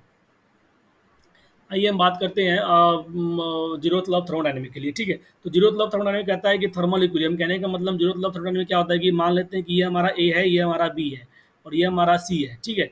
ए जो है बी के साथ थर्मल इक्विलिब्रियम में है, बी जो है सी के साथ थर्मल इक्विलिब्रियम में है, तो ये लोग कहता है कि ए और सी भी आपस में थर्मल इक्विलिब्रियम में होंगे, ठीक है। ये it forms the basis of the temperature measurement, temperature का कॉन्सेप्ट बनाने में इसका काम आता है, ठीक है। फर्स्ट लॉ ऑफ थर्मोडायनामिक्स क्या कहता है कि एनर्जी कंजर्वेशन, यानी energy can neither be created not be destroyed but can be change from one form to another form. First law of thermodynamics is also known as the Joule's law, and it is also known as the quantitative law, okay। So you know the first law of thermodynamics for a cycle is the cyclic integration of whole amount of the heat interaction will be called whole amount of work interaction, and for the closed system और cyclic process के लिए applicable है, ठीक है। और इसको हम single process के लिए अप्लाई करेंगे तो delta Q equal to D plus P D भी होता है। बेसिकली जो हमारा फर्स्ट लॉ कहता है वो ये कहता है कि जो भी हीट इंटरेक्शन हो रहा है वो हमारा क्या हो जाएगा, एक तो एनर्जी बढ़ाने में काम आएगा, दूसरा जो होगा पी डी भी वर्क करेगा, ठीक है। तो एनर्जी जो होगा बेसिकली उसमें काइनेटिक एनर्जी भी होगा, पोटेंशियल एनर्जी भी होगा, और हमारा इंटरनल एनर्जी भी होगा। तो पोटेंशियल काइनेटिक के जीरो मानते हुए क्या हो जाएगा, डेल्टा यू हो जाएगा। इसी के लिए नॉर्मली हमने यहाँ पे क्या लिखा है, delta Q equal to D U. Internal energy जो है एग्जैक्ट प्रॉपर्टी, इसीलिए हमने स्मॉल डी यूज किया है, यहाँ पर डेल यूज किया है। तो D Q equal to del U plus P D B होता है, ठीक है। पी डी बी है तो हमारा क्या हो गया, रिवर्सिबल प्रोसेस के लिए चाहिए, शुड क्रॉस द बाउंड्री होगा, और ये क्लोज सिस्टम के लिए होगा, ठीक है, एप्लीकेबल। बट ये हमारा सारे प्रोसेस के लिए एप्लीकेबल है, चाहे रिवर्सिबल हो चाहे इरिवर्सिबल हो। अब देखो साइक्लिक प्रोसेस में क्या होगा कि delta Q equal to delta W होगा। एग्जाम में कोई प्रोसेस दे दे, हम क्या करेंगे, सारे के सारे प्रोसेस में यहाँ से लेके यहाँ में क्या हीट है वर्क है, यहाँ से लेके यहाँ में क्या हीट है वर्क है, क्या हीट है वर्क है, क्या हीट है वर्क है, और सबका जो जोड़ेंगे क्यू और सबका जो डब्ल्यू जोड़ेंगे दोनों इक्वल होगा, ठीक है। तो वो delta Q equal to D U plus P D V है, neglecting the kinetic and potential energy, we are writing delta U, otherwise it is delta energy E total, ठीक है। और क्लोज सिस्टम सिंगल प्रोसेस के लिए reversible है, इसे बताओ। देखो फर्स्ट लगा क्या कॉन्सिक्वेंस है, तो फर्स्ट लगा कॉन्सिक्वेंस ये है कि हीट जो है आपस में एक पाथ फंक्शन है। Energy is a property, energy क्या प्रॉपर्टी है, energy of isolated system is a constant. पहला क्या बोला कि जो हमारा हीट है वो क्या है, पाथ फंक्शन है, ठीक है। दूसरा क्या बोला कि एनर्जी क्या, एनर्जी जो है प्रॉपर्टी है, क्यों, क्योंकि energy of an isolated system हमेशा कांस्टेंट रहता है, ना तो बढ़ता है ना तो घटता है, यानी कि आइसोलेटेड सिस्टम के लिए E one equal to E two होता है। तो हमारा ये तीन हो गया, और एक होता है perpetual machine of type one is impossible, ठीक है। परपेचुअल मशीन और टाइप वन इक्वल इम्पॉसिबल में क्या होगा कि यहाँ पे आपने कुछ दिया नहीं, क्यों दिया नहीं, यहाँ पे आपको काम निकल गया, दैट इज इम्पॉसिबल, ठीक है। इसको बोलते हैं P M M one impossible. आइए इसकी हम बात करते हैं, इंटरनल एनर्जी की बात करते हैं। इंटरनल एनर्जी में क्या होगा कि जो भी आपका मोलिक्यूल है, मोलिक्यूल का जो इनबिल्ट एनर्जी होगा उसको बोलेंगे इंटरनल एनर्जी। अब इस मोलिक्यूल में अगर मान लो फ्लो आ गया, ठीक है, तो अगर फ्लो आ गया मोलिक्यूल में, तो internal energy plus flow work, PV को बोलते हैं फ्लो वर्क, ये दोनों का सम को बोलते हैं एंथैल्पी, यानी कि ये हमारा टोटल हीट कंटेंट हो गया सिस्टम का, ठीक है। फ्लो वर्क क्या है, डिस्प्लेसमेंट वर्क है, basically work required to displace the infinitely small fluid element into and out of the control system. कहने का मतलब ये हमारा एक मान लो सिस्टम है, यहाँ पे हमें कुछ इन करना है या आउट कराना है, ठीक है। तो अगर इनफाइनेटली स्मॉल फ्लूइड एलिमेंट को हम इन करते हैं या आउट करते हैं तो कितना काम करना पड़ेगा, यानी कि वो होगा प्रेशर इनटू स्पेसिफिक वॉल्यूम, इसी को बोलते हैं पीवी, इसी को बोलते हैं क्या, फ्लो वर्क बोलते हैं, ठीक है। तो ये पीवी और इंटरनल एनर्जी के दोनों को सम को क्या बोलते हैं, ये स्मॉल एच, यानी कि इंथैल्पिक स्पेसिफिक इंथैल्पी बोलते हैं, ठीक है। I am first law thermodynamic. अब यहाँ से जो है फर्स्ट लॉ थर्मोडायनेमिक हमने पढ़ लिया है। अब यहाँ से मैथमेटिकल एस्पेक्ट पढ़ेंगे फर्स्ट लॉ थर्मोडायनेमिक का, ठीक है। और उससे पहले भी थोड़ा सब रिवाइज कराते हैं आपको। देखो फर्स्ट लॉ थर्मोडायनेमिक में एक साइकिल के लिए क्या हो गया, delta Q equal to delta W हो गया, या फिर ये वाला हम लिख सकते हैं, ठीक है। Delta Q equal to D plus P D भी होता है, और D equal to K P सब ये हमने आपको बता दिया था। तो delta Q equal to D plus P D भी होता है, डेट्स इट। अब देखो एस एफ ई पी की बात, एस एफ ई पी की बात करेंगे तो यहाँ पर हम क्या बताएंगे आपको, एक चीज़ बताना चाहेंगे। एस एफ ई पी का मतलब होता है स्टेडी फ्लो एनर्जी क्वेश्चन होता है, ठीक है। यहाँ पर क्या हुआ कि मान लो यहाँ से कुछ इन हो रहा है, यहाँ से कुछ आउट हो रहा है, तो ये वन प्रॉपर्टी हो गया, ये टू सब स्क्रिप्ट हो गया। यहाँ पर इंथैल्पी एच वन है, वी वन है, टी वन है, पी वन है, ठीक है। यहाँ पे एच टू है, बी टू है, टी टू है, पी टू है। यहाँ पे बी मतलब वेलोसिटी की बात हो रहा है, ठीक है। स्पेसिफिक वॉल्यूम बी वन है, स्पेसिफिक वॉल्यूम बी टू है।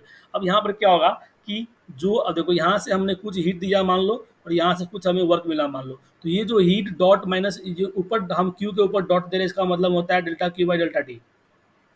किसी चीज़ के ऊपर डॉट देंगे तो इसका मतलब होता है delta X by delta T, rate of change, ठीक है। तो rate of change of the heat in minus rate of change of the work will be equal to mass rate change into E two minus E one.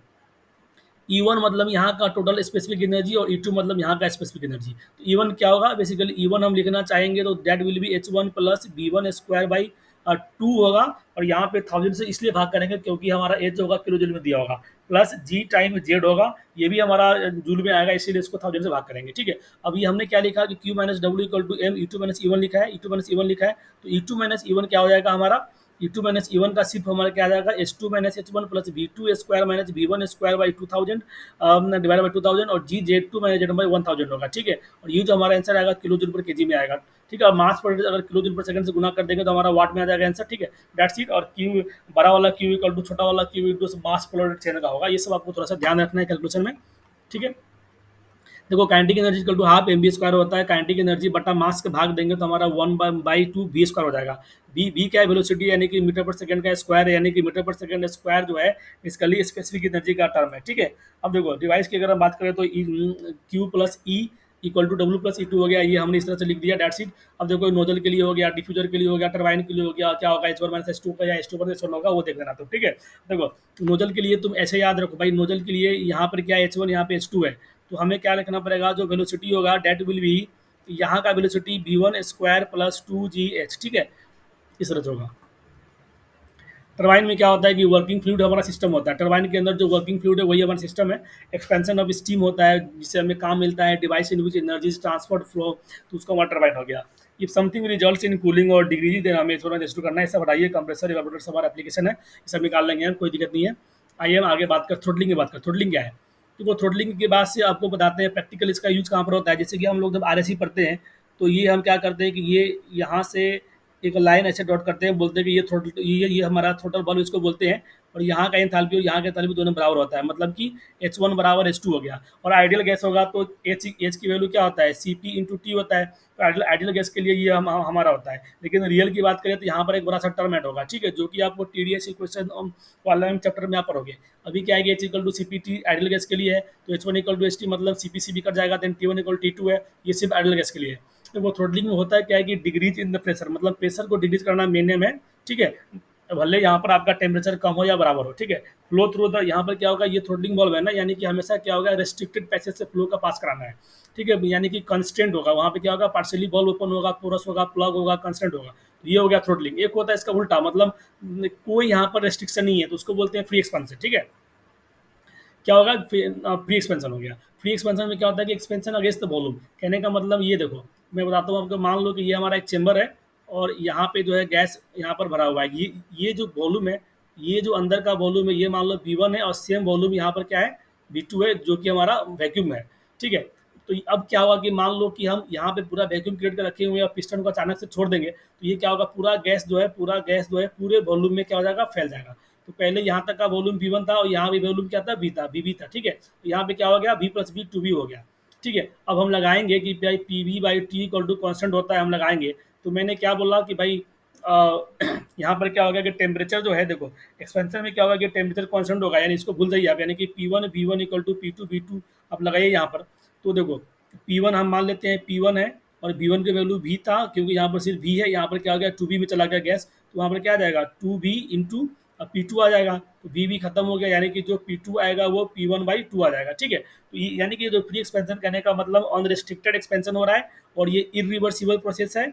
Although यहाँ पर Q0 है, W0 है, मतलब एक चीज़ और है फ्री एक्सपेंशन में, आप चुपचाप delta Q equal to delta U plus delta W लिखते हो, तो ये भी जीरो, ये भी जीरो, ये भी जीरो है, यानी कि इंटरनल एनर्जी जीरो हो गया। इंटरनल एनर्जी जीरो हो गया तो तुम बोलोगे कि ठीक है भाई, T1 इक्वल टू T2 हो गया। यस, T1 इक्वल T2 है, लेकिन ऐसा सिर्फ फाइनल में दिखेगा, तो हो सकता है अंदर का मतलब ऐसे ऐसे हो, ठीक है, लेकिन ये जरूरी नहीं कि वैसे कॉन्सेंट होगा T1 इक्वल T2। भाई अंदर में कुछ भी हो सकता है, लेकिन बाहर में फाइनल इनिशियल टेम्परेचर क्या होगा, इक्वल होगा। That's the concept of free expansion. The free expansion, और हमने इससे पहले क्या पढ़ा है, थ्रोटलिंग, दोनों के दोनों क्या है, ये हमारा इरिवर्सिबल प्रोसेस होता है, ठीक है। इसके बाद हम पढ़ेंगे unsteady flow equation. Unsteady flow equation पढ़ेंगे, वहाँ पे बहुत ही अच्छा अच्छा चीज़ हमें देखने को मिलेगा। अनस्टेडी फ्लो का मतलब होता है कि मास फ्लो रेट इन और आउट बराबर नहीं है। स्टेडी का मतलब होता है rate of change of the properties at any time equal to zero, यानी कि वी यूजेज एनर्जी कंजर्वेशन। तो यहाँ पे क्या होगा, एनर्जी इन जो दी है वो एनर्जी आउट प्लस कहीं ना कहीं खर्चा हुआ होगा, तो वो वाला हम यूज करेंगे। E1 equal to E2 plus X energy conservation का यूज होता है। अनस्टेडी में क्या होगा कि मास फ्लो रेट कॉन्स्टेंट नहीं रहता है, यानी कि प्रॉपर्टी का जो rate of change of property is not equal to zero. यहाँ पर हमें बोथ मास और एनर्जी का कंजर्वेशन यूज करना पड़ता है, ठीक है दोस्तों। मास कंजर्वेशन करेंगे तो हमारा ये क्या हो जाएगा, मास कंजर्वेशन करेंगे तो हमारा भाई यहाँ पे जो हमने मास भेजा है एम इन, और यहाँ से जो मास निकला है एम आउट, तो M in minus M out will be equal to mass stored in the system, वही लिखा है, मतलब mass in mass out equal to delta M by delta T, जो भी कंजर्व हुआ है वो लिखा है, ठीक है। एनर्जी क्वेश्चन की बात करें, तो एनर्जी क्वेश्चन की बात करेंगे, देखो भाई एनर्जी क्वेश्चन हमने ये कैसे लिखा है, तो ये जो है इसमें जब जा रहा था तो क्यू था, ठीक है, इसका इनिशियल मतलब इंथैल्पी एम है, और ये इसका मास फ्लो रेट है, ठीक है, और काइनेटिक एनर्जी होगा पी होगा, और हमने क्यू दिया है, और इसके साथ क्या हो गया कि मास ये जो है किलो जूल पट्टा केजी है ना, तो यही स्पेसिफिक इंथैल्पी है ना, इसीलिए मास से गुना किया, एच से गुना किया, तो ये वाला चीज minus rate of change of जो एग्जिट हो रहा है, यहाँ से जो मास निकल रहा है एम ई एच ई निकल रहा है, वही M E H E plus kinetic potential energy और डब्ल्यू, यहाँ से वर्क भी तो मिल रहा है, work will be equal to क्या, डेल्टा एनर्जी जो स्टोर हुआ है वो हुआ है। अब देखो जनरली काइनेटिक एनर्जी और पोटेंशियल एनर्जी जीरो होगा, ये जीरो होगा तो ये दोनों जीरो हो जाएगा, खत्म कर दो इसको, और ये भी जीरो हो जाएगा, बचेगा क्या, M I H I Q, यहाँ बचेगा M E H E W बचेगा। अब देखो ये जो एज क्या है, एज एज हम क्या लिखते हैं कि 2200 2300 किलो जूल पर केजी लिखते हैं, मतलब एज जो है कांस्टेंट है, तो डिफ्रेंशिएशन जब इसका करेंगे तो ये एज बाहर निकल के आ जाएगा, एच आई बाहर निकल के आ जाएगा, बच जाएगा D by D T of D M I बच जाएगा, ठीक है। तो इसी को इनिशियल वाले मास को ऐसे थोड़ा लगा देंगे, यानी कि rate of change of mass हो जाएगा, ठीक है। तो यही चीज़ हम आगे आपको बताएंगे, तो वो अचंभा नहीं मानना है, ठीक है। अब आइए आगे हम बात करते हैं, एजम्पशन की बात करते हैं, काइनेटिक पी जीरो हो गया तो वही बोल रहे हैं एम आई एच ई हमारा हो गया। अब ठीक है, मतलब इसको हमने वैसे लिखा कि एम आई एच ई को हम एच कॉन्स्टेंट होगा तो ये D M I by D T बन जाएगा, यहाँ पर D Q by D T बन जाएगा, ये ऐसे बन जाएगा, ये वैसे बन जाएगा, ठीक है।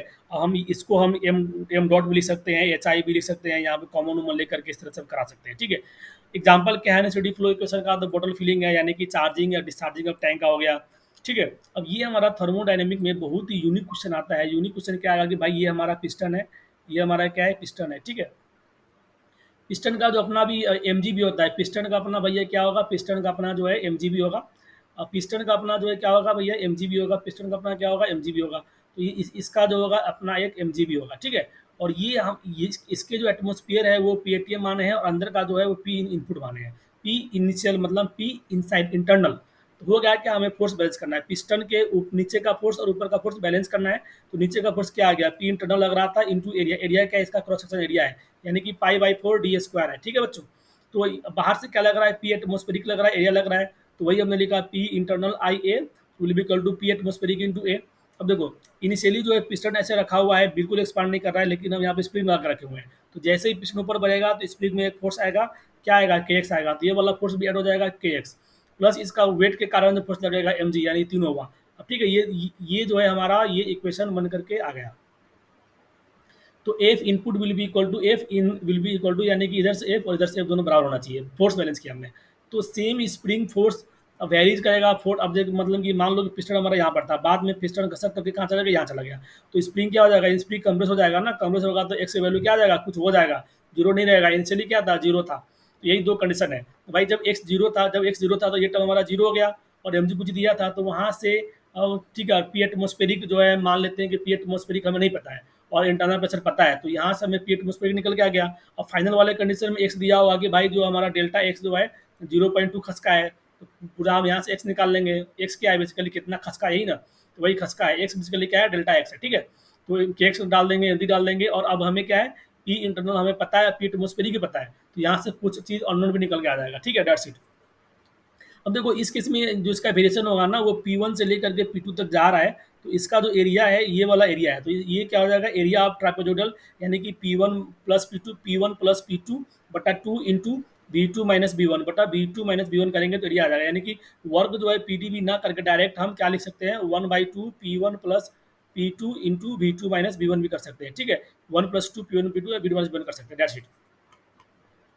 अब देखो P1 ये जो हमने आपको बता रखा है कि ये जो है हम इसको ऐसे भी लिख सकते हैं, that is P1 B1 minus P2 B2 के इक्वल टू, ये P1 B1 कॉमन लिया, ये आगे आ गया, अंदर वाले चीज़ को जो है T1 माइनस T2 को हम ये वाला भी लिख सकते हैं, P2 क्या लिख सकते हैं, P2 बाई P1 के पावर n-1 n भी 1 भी लिख सकते हैं, ठीक है। P1 B1 P2 B2 MR T1 सब होता है, आपको यहाँ पता होना चाहिए, ठीक है, that's it that's it that's it that's it.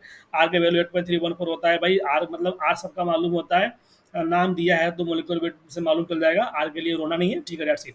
अब देखो ये वाला क्वेश्चन, देखो ये वाले क्वेश्चन में क्या है कि अ, हमें देखो फर्स्ट लगाना है, तो अब क्या होगा कि बेसिकली यहाँ पर हमें ना हीट इंट्रैक्शन, वर्क इंट्रैक्शन और इंटरनल एनर्जी की काम होता है। तो हमें पता है कि delta Q equal to D U plus delta W होता है, तो डेल्टा डब्ल्यू जो है सब चीज़ का ऐड हो सकता है। यहाँ पर कंट्रोल वॉल्यूम में देखो, ये हमारा हीटर है, ये हमारा हीटर का अलग से वर्क होगा, मान लो यहाँ पर पैडल लगा दिया तो अलग से वर्क होगा, सबका वर्क जोरदार करना है, और क्यूब जितना पॉसिबल सबका जोरदार करना है, ठीक है। अभी के लिए वो सब दिमाग बाद में लगाएंगे, पहले आपको बता देता हूँ मैं। पिस्टन, अब यहाँ पे क्या लिखा है कि पिस्टन मूव्स अप, क्या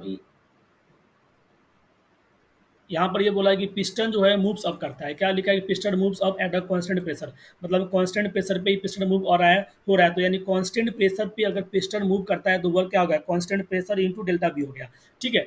तो हम क्या लिखेंगे, वर्क जो गैस कर रहा है that will be constant pressure into V2 minus V1 लिखेंगे।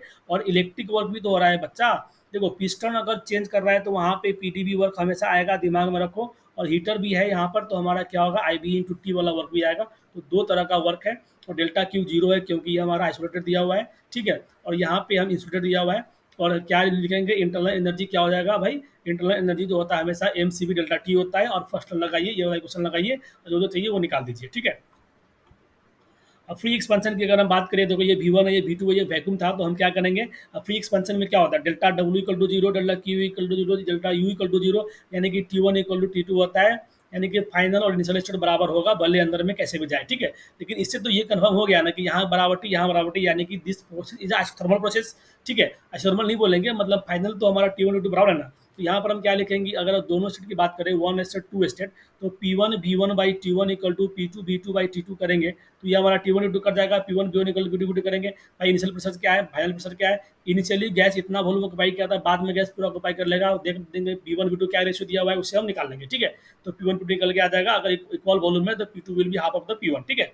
अब इसमें क्या लिखा है कि अगर पिस्टन इज रिमूव्ड, पिस्टन को अगर हटा दिया जाए तुरंत, तो क्या होगा, फ्री एक्सपांसन हो जाएगा। लेकिन बोलेगा कि नहीं, गैस अगर हीट कर रहे हैं तो ये एक्सपांड धीरे धीरे हो रहा है, तो फिर वहां पे it's not a free expansion, ठीक है। अब देखो सीपीसीबी जो है हमेशा एज्यूम नहीं करना है, हो सकता है आपको कुछ और दिया हो, वहाँ से निकालना पेपर जाए। अब देखो यहाँ पे क्वेश्चन दिया हुआ है कि भाई यहाँ पे गैस रखा हुआ है 200 केल्विन पर, हमने इसको हीट किया, लेकिन ये पिस्टन तभी मूव करेगा जब यहाँ पे 400 किलो पास्कल होगा। यानी कि अगर पहले ही बात करते हैं 200 पर है, यहाँ पर बात करते हैं कि यहाँ पे 400 हो गया, इसके बाद जो है पिस्टन मूव करना शुरू हुआ, तो पिस्टन मूव करना शुरू हुआ, तो यानी कि यहाँ पर पिस्टन मूव किया तो पीडीबी वर्क यहाँ पर आ गया, ठीक है। यहाँ पर तो ये पिस्टन चेंज ही नहीं कर रहा है, वॉल्यूम चेंज ही नहीं हो रहा है ना, तो यहाँ पे वर्क क्या हो गया, जीरो हो गया, ठीक है। तो वही है, वर्क 1 से 2 में क्या हो गया, वर्क 1 से 2 में जीरो हो गया, वर्क 2 से 3 यानी कि 2 से 3 में क्या हो गया, पीडी वर्क हो गया, कांस्टेंट प्रेशर यानी कि 400 वाला V3 माइनस V2 हो गया। अब देखो इंटरनल एनर्जी निकालना है 1 से लेकर 3 के बीच में, डायरेक्टली लिखो ना U3 - U1, यानी कि इंटरनल एनर्जी का फॉर्मूला क्या होता है, एम वी टी होता है, तो MV T3 - T2 हो गया। आप दिमाग खराब नहीं करना है कि यहाँ से यहाँ जाए फिर यहाँ से यहाँ जोड़े, अगर जोड़ना है तो जोड़ लो, अदरवाइज डायरेक्ट यहाँ से यहाँ कर लो, ठीक है। सिमिलरली देखो, कभी भी कोई चीज़ होगा तो दो चीज़ है, मतलब प्रोसेस आपका स्टेट वन है कि भाई अभी यहाँ पर P1 V1 T1 है, बाद में स्टेट टू चला जाएगा जहाँ पर प्रेशर वॉल्यूम चेंज हो जाएगा, ठीक है। तो इस केस में क्या करेंगे, देखो एक तो ये प्रोसेस तो हुआ है ना, 1 से लेकर 2 में चेंज हुआ है, तो लगाएंगे P1 V1 by T1 equal to P2 V2 by T2, ठीक है। दूसरा ये है कि इसी स्टेट पर हम यूज़ कर सकते हैं P V equal to M R T, यहाँ से अननोन मालूम चल जाएगा। और दूसरा स्टेट पर भी P V equal to M R T use कर सकते हैं, यहाँ से अननोन मालूम चल जाएगा। अब देखो P one B one by T one equal to P two by B two by T two की जगह पर ये कहाँ से आया है? बेसिकली यहीं से आया ना, P V equal to M R T से आया था। हमने बोला कि मास चेंज नहीं हो रहा है क्योंकि सिस्टम हमारा क्लोज है, तो P one V by T equal to constant माना। कभी कभी क्या होता है कि मान लो यहाँ पर दे देगा गैस है, फिर बाद में बोलेगा यहाँ पर एक बल्ब लगा हुआ है तो मास चेंज हो गया, तो यहाँ से स्टेट और दूसरा स्टेट, तो यहाँ पर मास भी तो चेंज हुआ है। इसी के लिए हमसे याद रखो कि P one we one by T one जो करते थे, आगे एम वन भी लगाओ, will be equal to P two V two by T two और एम टू भी लगाओ, जो क्या हो जाएगा, दोनों आर बराबर हो जाएगा। ठीक है, because P V equal to M R T में हम मान के चलने की सिर्फ आर कांस्टेंट है, तो P V by R T की जगह आर की जगह एम लिखो, टी कांस्टेंट। ठीक है, ये मान के चलो। तो दो चीज ये राम मान है, हमेशा ये आपको ध्यान में रखना है। ठीक है, तो वही हमने यहाँ पर दिया आपको। चलो आगे बढ़ते हैं। आगे बढ़ते हैं। देखिए इस ये वाला क्वेश्चन आपको बता चुके हैं कि भाई इसमें क्या होगा कि आप जो है ये लिखेंगे ना, यहाँ फोर्स बैलेंस करेंगे, फोर्स बैलेंस करेंगे यहाँ पर आप, तो क्या हो जाएगा यहाँ पर P internal I A will be equal to P atmospheric plus M G plus यहाँ पे के एक्स होगा। लेकिन इनिशियली क्या होगा, कोई एक्सपेंशन पिस्टन नहीं मूव किया तो एक्स वैल्यू जीरो हो गया, तो ये जीरो हो गया। यानी कि आपका यहाँ पर अगर ई आई दिया हुआ है तो पी एटमोस्फेयर निकल के आ जाएगा। ठीक है, अब दूसरे वाले में क्या बात करेंगे, पी फाइनल वाला केस में पी यहाँ पर जो फाइनल होगा that again will be equal to area से गुना करेंगे पी एटमोस्फेरिक जो बाहर से लग रहा है। ठीक है, और इसके बाद के into delta S plus M G. अब डेल्टा एस लिख करके देखा कि 0.4 मीटर है, तो वो पुट कीजिए, एम जी पुट कीजिए। अब यहाँ से जो हमारा पी फाइनल निकल के आ गया, यानी कि आपका जो है इस वाले फॉर्मूला में पी वन निकल के आ गया, पी टू निकल के आ गया, P one P two put कीजिए बाई टू कीजिए और वॉल्यूम घटाइए, यानी कि डेल्टा बी से गुना कीजिए, आपका वर्क निकल के आ गया। आपको ये वाला चीज़ करने की जरूरत नहीं पड़ेगा, इंटीग्रेशन करने की जरूरत नहीं पड़ेगा। ठीक है, देखो delta U will be equal to M C V. दो चीज ध्यान रखना है आपको, कुछ ध्यान देखो, दो चीज याद रखो पूरे क्वेश्चन में। U equal to M C B T होता है, ठीक है, और H equal to M C P T होता है। अब एच जो होता है यू प्लस पी बी होता है मेरे दोस्तों। तो एच को जो है डेल्टा एच अगर कहीं जरूरत पड़े तो delta U plus P V two minus P one भी कर सकते हो। अब देखो डी एच जो होगा ये हमारा स्मॉल डी एच होगा, ये क्या करेंगे, यहाँ से निकल के आएगा D U plus P D V plus B D P भी होता है। ठीक है, ये सब चीज़ आपको दिमाग में आना चाहिए। और दूसरा चीज़ ये देखो यू जो होता है एम सी भी इंटू टी होता है। तो देखो सी बी क्या है, कांस्टेंट होता है, मास क्या है, कांस्टेंट है। तो अगर स्टडी के लिए क्या होता है, मास कांस्टेंट होगा, प्रॉपर्टी भी सेम मान के चल रहे हैं, कोई चेंज नहीं हो रहा है। तो यहाँ पर क्या होगा, टेम्परेचर वेरिएबल होगा। और कभी कभी क्या होगा कि भाई सब कुछ चेंज हो रहा है, अगर अनस्टडी होगा तो मास भी चेंज हो रहा होगा, टेम्परेचर भी चेंज हो रहा होगा, तो हम क्या बोलेंगे, डी यू जो होगा हमारा बेसिकली स्टेट टू का यू और स्टेट वन का यू, यानी कि M C V T two minus M two C B two और टी टू होगा। ठीक है, वो होगा, वो आगे हम देख लेंगे। अभी के लिए बात ये याद रखो, डेल्टा यू को M C B T two था, तो हमने हमें टी वन टी टू नहीं पता था और प्रोसेस हमारा वन से लेकर टू में जा रहा था, तो हमने ये यूज़ किया। बाद में हमने एम निकालने के लिए हम बता रखे हैं कि वन के लिए भी P V equal to M R T होगा, टू के लिए भी equal to M R T होगा, वहाँ से निकालो। ठीक है, अब देखो delta Q equal to D U plus delta W भी होता है। देखो del Q required to be added, छोड़ा हटाओ। ओपन सिस्टम एनालिसिस की बात करते हैं। ओपन सिस्टम एनालिसिस की बात करेंगे तो यहाँ पे मास इन हुआ, यहाँ पे मास टू है और यहाँ पे हमारा मास थ्री है। ठीक है, तो M one plus M two equal to M three है। बेसिकली क्या है, बेसिकली यहाँ से गया, यहाँ से गया तो यहाँ से निकल गया। If specific volume at a point is given, this means volume is compressible. Specific volume में मतलब क्या हुआ, वॉल्यूम कंप्रेसिबल है। सिंपल से बात है, मास फ्लो क्या होगा, रो ए भी होता है, भी मतलब वेलोसिटी है, और डेंसिटी जो होगा स्पेसिफिक वॉल्यूम के टर्म में वन बाई स्मॉल वी होता है, यानी कि ए सी बाई बी हो गया, ए बी बाई बी हो गया। देखो ए एरिया इंटू वॉल्यूम को ना क्यू डिस्चार्ज लिखते हैं, कभी कभी डायरेक्ट डिस्चार्ज दिया रहेगा, तो रोना मत, एरिया इंटू वेलोसिटी दिया हुआ है। ठीक है, एट ऑल द पॉइंट। देखो फिर से मैं एनर्जी बैलेंस की बात करूंगा तो ये लिख सकते हैं, एम सी पी टी के टर्म में भी लिख सकते हैं, एम एच के टर्म में भी लिख सकते हैं। ये वाला मैंने आपको पढ़ा रखा है, एस एफ ई। ठीक है, हीट बैलेंस अच्छे से करना, अगर स्पेसिफिक में दिया हुआ है तो मास से गुना करो। ठीक है, ये सब अच्छे से करना है। देखो एच की वैल्यू क्या होगा, इधर दिया होगा, नहीं तो एच की value M C P T one use करना है, एच टू की value M C P T two use करना है। डेल्टा एच क्या हो जाएगा, M C P T two minus T one भी हो सकता है, या फिर U U del of U P भी हो सकता है, यानी कि delta U P two minus P one भी हो सकता है। और आइडियल केस बोलेगा तो डेल्टा यू जीरो हो जाएगा, तो उस केस में डेल्टा एच का वैल्यू जो होगा सिर्फ P two minus P one होगा। ठीक है, थोड़ा दिमाग लगाना, दिमाग को दौड़ाना पड़ेगा अपनी एग्जाम में। Mass flow rate will be equal to rho into area into velocity होगा, तो एरिया इंटू वेलोसिटी बटा स्पेसिफिक वॉल्यूम होगा टू गेट द पी। अब कुछ भी चाहिए आपको, किसी भी पॉइंट पे P V equal to R T use करो। ठीक है, और अगर एक स्टेट से दूसरा स्टेट में गया तो P one B one by T one M one equal to P two by M two T two use करो। ठीक है, दैट्स इट। हमें देखो यूनिट में केयरफुली रहना है कि भाई पर किलो जूल है या सिंपल क्या है, वो उसमें आपको बैलेंस करके चलना है, कहाँ यहाँ पर मास लगाना है कि नहीं लगाना है, यहाँ पर क्या दिया हुआ है, ठीक है। अब देखो यहाँ पर अगर हम बात करें तो सिंपल सी बात है, Q equal to P V equal to M R T होता है ना, तो मास फ्लो रेट बटा वॉल्यूम फ्लो रेट क्या हो गया, डिस्चार्ज हो गया। तो इस तरह से वॉल्यूम बटा मास क्या डिस्चार्ज हो गया ना, तो ऐसे भी हम यूज कर सकते हैं। डिस्चार्ज दिया रहेगा तो रोना नहीं है, P V equal to M R T में डिस्चार्ज का यूज कर सकते हो, ठीक है। सिंपली एस टू मैंने equal to U P two minus P one delta U में पी टू वी वन हो गया। आपके आइडियल गैस के लिए क्या होगा, डेल्टा यू जीरो हो गया, तो सिंपली डेल्टा एच के बराबर इतना हो गया, ठीक है। तो हम क्या करेंगे, क्यू माइनस ये एस एफ ई में हम डेल्टा एच की जगह पर ये भी यूज कर सकते हैं, ठीक है। Delta C P T two minus T one use कर सकते हैं, या फिर ये भी यूज कर सकते हैं। अब देखो ये हमारा क्या है, बेसिकली नोजल वगैरह है, तो यहाँ पर मास फ्लो रेट दोनों में सेम है, और यहाँ स्टडी फ्लो में हमने ये लिखा है, ठीक है। तो यहाँ पर भी हम ये वाले क्वेश्चन यूज करेंगे, यहाँ के लिए भी ये भी क्वेश्चन यूज करेंगे, जो चाहिए वो निकाल लेंगे, ठीक है। आइए हम थ्रोटलिंग की बात करते हैं। थ्रोटलिंग में हमने बताया था कि adjustable valve, porous plug, capillary tube ये वगैरह होता है। Prime work is to reduce the pressure, unlike turbine it do not produce the work. मतलब कि प्राइम वर्क इसका क्या है, टू रिड्यूस द प्रेशर है। Prime work is to reduce the pressure, है ना। थ्रोटलिंग का मेन काम क्या है, प्राइम वर्क क्या है, प्रेशर को कम करना है। प्रेशर को कम करना था ना, ये आपको हम पहले बता चुके हैं, H one equal to H two है, दैट्स इट। देखो ये जो इधर की लिक्विड इधर का पेपर होता है, काम खत्म कहानी। एग्जाम में लिख के देगा कि R one three four inter capillary tube. Capillary tube का मतलब क्या हो गया, थ्रोटलिंग हो गया। मतलब कि आपको कुछ नहीं करना है, एच वन एच टू बराबर करना है, वहाँ पे जो चाहिए वो निकाल लो। बाकी एस एफ ई लगाओ, ठीक है, वो सब करो। और बोलेगा कि कितना टेम्परेचर डिफरेंस है, तो भाई स्टीम टेबल यूज करो, इन पे कितना टेम्परेचर है, आउट पे कितना है, दोनों का डिफरेंस लो, ठीक है, खत्म कहानी। अब देखो हीट एक्सचेंजर प्रॉब्लम की बात करते हैं। हीट एक्सचेंजर प्रॉब्लम की अगर हम बात करें तो मान लो कि यहाँ से इन हुआ, यहाँ से इन हुआ, ठीक है, और यहाँ से आउट हुआ, ठीक है। और ये दे दिया कि भाई हीट इंटरेक्शन जीरो है, वर्क इंटरेक्शन जीरो है, या फिर नॉन जीरो भी हो सकता है। आपको देगा कि यहाँ पर हमने क्यू ऐड किया या नहीं किया है, वो आपके क्वेश्चन के ऊपर है। एस एफ ये लगाएंगे कि भाई एस एफ ये लगाएंगे कि यहाँ का जो एनर्जी है, that is mass flow rate into small event, that is H one plus B one square by two plus G Z. यहाँ का मास फ्लो रेट इंटू यहाँ का स्पेसिफिक एनर्जी, यानी कि S two plus B two square by two plus G Z हो गया।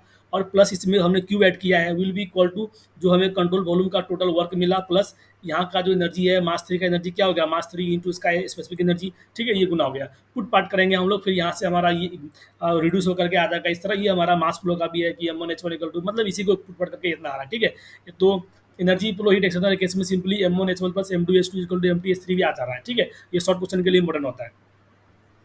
देखो यहाँ यहाँ पर अगर बात करते हैं इस वाले क्या है, कंट्रोल वॉल्यूम में हमने एक फैन लगा दिया है, ये हमारा कंट्रोल वॉल्यूम है। तो work consumed by the fan W one दिया हुआ है, work consumed by the component inside को डब्ल्यू टू दिया है। तो यानी कि एक फैन वाला एक कंपोनेंट दिया, तो हम क्या करेंगे, दोनों का जोड़ देंगे, दे देंगे, ठीक है। हमेशा क्या होता है कि वर्क को अगर सिस्टम में दे रहे हो तो वर्क नेगेटिव होगा, work done by system positive होगा, और Q given to system positive होगा, और क्यू आउट क्या होगा, नेगेटिव होगा, ठीक है। अब देखो एरिया निकालने के लिए हमें ये वाला यूज करना है, कितना बार बताए, एस लगाओ, खुश रहो, ठीक है। ये सब ये मास वाला यूज करो, यूनिट पे ध्यान दो, ठीक है, दैट्स इट। क्यू देख कर डरना नहीं है, Q equal to A into C होता है, ठीक है, वॉल्यूम फ्लो होता है, ठीक है, ये सब दिमाग में रखना है। Comparison of S F E with the Bernoulli equation. भाई हम क्या लिखते हैं कि एस एफ ई जब लिखते हैं तो D Q minus D W equal to D H V D P और जी जेड जी होता है, ठीक है। इसका मतलब H two minus H one हो गया, इसका मतलब V two square by B one square बटा टू हो गया, इसका मतलब डिजिट हो गया, ठीक है, ये हो गया। अब इनविसीड मानेंगे, मतलब कि म्यू की वैल्यू जीरो। इनविसीड कहने का मतलब क्या हुआ, इनविसीड कहने का मतलब कोफिशिएंट ऑफ फ्रिक्शन क्या हो गया, जीरो हो गया, यानी कि विस्कोसिटी जीरो हो गया। इनकम्प्रेसिबल क्या हो गया, मतलब कि इनकम्प्रेसिबल मतलब कि डेंसिटी जीरो हो गया, ठीक है। तो वो सब मान के चलोगे, वो सब मान के चलोगे, तो यहाँ पर जो होगा वो ये वाला टर्म क्या हो जाएगा, जीरो हो जाएगा। ये आ जाएगा delta H plus B D V plus G Z G. तो यहाँ पर जो वी डी वी है वो सब पुट पाट करने के बाद ये आपका आ जाएगा, देखो delta H plus V D V. हम क्या करेंगे कि देखो डेल्टा एच की जगह पे क्या लिखेंगे, डेल्टा एच की जगह पे होता है D U plus P D V plus V D V है। तो ideal gas delta U equal to zero, और पी डी वी और वी डी पी इनकम्प्रेसिबल बोला, ठीक है। तो क्या हो गया हमारा, एक टर्म यहाँ से जीरो हो गया, तो मतलब क्या बनेगा बाद में, P D B plus V D B plus G Z G बनेगा, ठीक है। और ये पी डी बी क्या हो गया, P by rho G plus B two square by two G plus Z equal to constant हो गया। ये हमारा बर्नौली इक्वेशन हो गया, ठीक है, that's it. So Bernoulli equation is nothing but the special case of the S F B. तो मतलब एस एफ डब्ल्यू लगा रहे हो तो आपका बर्नौली इक्वेशन लग रहा है, सिंपल आप मान लो दिमाग में, ठीक है। इन फ्रिक्शन लेस और इनकम्प्रेसिबल में ये सब होता है, अब याद रखो। D U equal to zero, V D V equal to zero, बचा क्या, पी डी बी बचा, ठीक है। देखो ऑनेस्टिटी के लिए हमने आपको पहले ही बता रखा है। तो अब इसमें क्या करना होगा कि जो एग्जिट वाला टर्म था, यानी कि जो ई वाला टर्म था, ये सब जीरो हो गया क्योंकि कुछ एग्जिट नहीं हो रहा है, ठीक है। बाकी बचा क्या, और यहाँ पे हमें हीट भी नहीं दे रहे हैं तो क्यू भी जीरो हो गया। तो सिंपली क्या होगा कि delta you by delta T will be equal to delta M I H I का होगा, और यहाँ से टी को उधर ले जाओ, टी को उधर ले गया, यहाँ से हमारा क्या हो गया, यू टू इक्वल टू, ये क्या आ गया, वन से लेकर टू के बीच में you two minus you one, तो यू वन कुछ है ही नहीं, पहले जीरो था, इम्प्टी था, तो U two equal to M two A two H I आ गया। तो यहाँ से T two equal to gamma time T I हो गया, अगर ये इनिशियली इवैक्यूएटेड है तो। अब देखो तीन चार क्वेश्चन इंपॉर्टेंट है, इसके बाद वीडियो को मैं स्टॉप करूंगा। देखो, note that pressure in the pipe and tank when become equal valve is close. कहने का मतलब ये पहले खाली था, जब यहाँ से लाइन में प्रेशर पी है, जैसे ही प्रेशर पड़ा दोनों में तो वॉल्व अपने आप में हमने क्लोज कर दिया, ठीक है, मान लो, तो वो वाला न्यूमेरिकल बन के आ गया, ठीक है। आइए बात करते हैं नोट। नोट में क्या है कि मान लो कि ये हमारा इनिशियल कंडीशन है, ये हमारा आउटलेट कंडीशन है। तो इस केस में यहाँ पे कोई कुछ मास लिख नहीं हो रहा है, तो स्टेट वन से लेकर टू में हम क्या लिखेंगे, P one B one by T one equal to P two बटा टी टू लिखेंगे। मान लो यहाँ पर हमने छेद कर दिया, अब क्या होगा कि मास चेंज हो रहा है, तो हम मास चेंज हो रहा है तो ये वाला लिख नहीं सकते, लेकिन हम अभी भी ये तो लिख सकते हैं ना दोनों कंडीशन में। तो वहाँ पर क्या होगा कि मास को भी इंक्लूड करना पड़ेगा, यानी कि क्या हो जाएगा हमारा, यहाँ पर हो जाएगा P one B one M one T one equal to P two B two M T two हो जाएगा, ठीक है। तो एम टू केस में कितना मास बच गया, यहाँ पर मान लो कि अगर यहाँ पर वॉल्व लगाया था तो यहाँ अब कितना मास बच गया, तो लॉस कितना हो जाएगा निकाल लेंगे। पहले एम वन था, अब एम टू बचा है, तो लॉस कितना हो गया, M one minus M two हो गया, ठीक है, दैट्स इट। मतलब ये क्वेश्चन है। अब क्या है कि ये इवैक्यूएटेड नहीं है, यहाँ पे कुछ ना कुछ गैस है, ठीक है। इनिशियली जो टैंक का कंडीशन है वो P one B one T one है, तो इस कंडीशन को हम वन बोलेंगे। इस स्थिति पे हम P V equal to M R T लगा सकते हैं, अगर कुछ अननोन है तो वो निकाल लो, ठीक है। दूसरा केस ये हो गया कि नाउ मान लेते हैं कि वॉल्व इज ओपन। अब इस वॉल्व को हमने ओपन किया है और लाइन में प्रेशर बना हुआ है पी एस, और वो प्रेशर जो इसके अंदर गया और दोनों जब बराबर होगा तो वॉल्व क्लोज कर देंगे, ये वाला कहानी होगा, ठीक है। P two equal to P S होगा। वी टू इज देखो पहले भी गैस है तो पूरा जितना वॉल्यूम ऑक्यूपाई कर रखा होगा, जब ओपन किए तो प्रेशर ज़्यादा था तो दोबारा वॉल्यूम आया, लेकिन वॉल्यूम अभी भी कांस्टेंट है, ठीक है। तो यहाँ पर हम T two equal to gamma time T one नहीं लगाएंगे क्योंकि ये हमारा इनिशियली इफेक्ट नहीं है। अब देखो दूसरे वाले केस में क्या होगा कि मान लेते हैं M P two B two T two हो गया, तो हम क्या कर करेंगे, ये लगा देंगे। देखो पहले भी मास था ना, अभी भी मास चेंज हुआ है, इसलिए हम एम एम का लेंगे यहाँ पर, ठीक है बच्चों। अब बाद में क्या करेंगे कि ये ऐसे स्टडी फ्लो के लिए, सॉरी, ओपन सिस्टम के लिए लगाएंगे, अनस्टडी फ्लो के लिए लगाएंगे हमारा कि बेसिकली ये delta you by delta T equal to delta you by delta T कैसे आया। हमने आपको क्या बताया था अनस्टडी फ्लो के लिए, एक इक्वेशन बताया था स्टार्टिंग में, स्टार्टिंग में बताया था, वो स्टार्टिंग कहाँ चला गया, बैक जाना पड़ रहा है मुझे। रुक जाओ बताते हैं, अच्छे से बताते हैं, रुक जाओ, एक मिनट।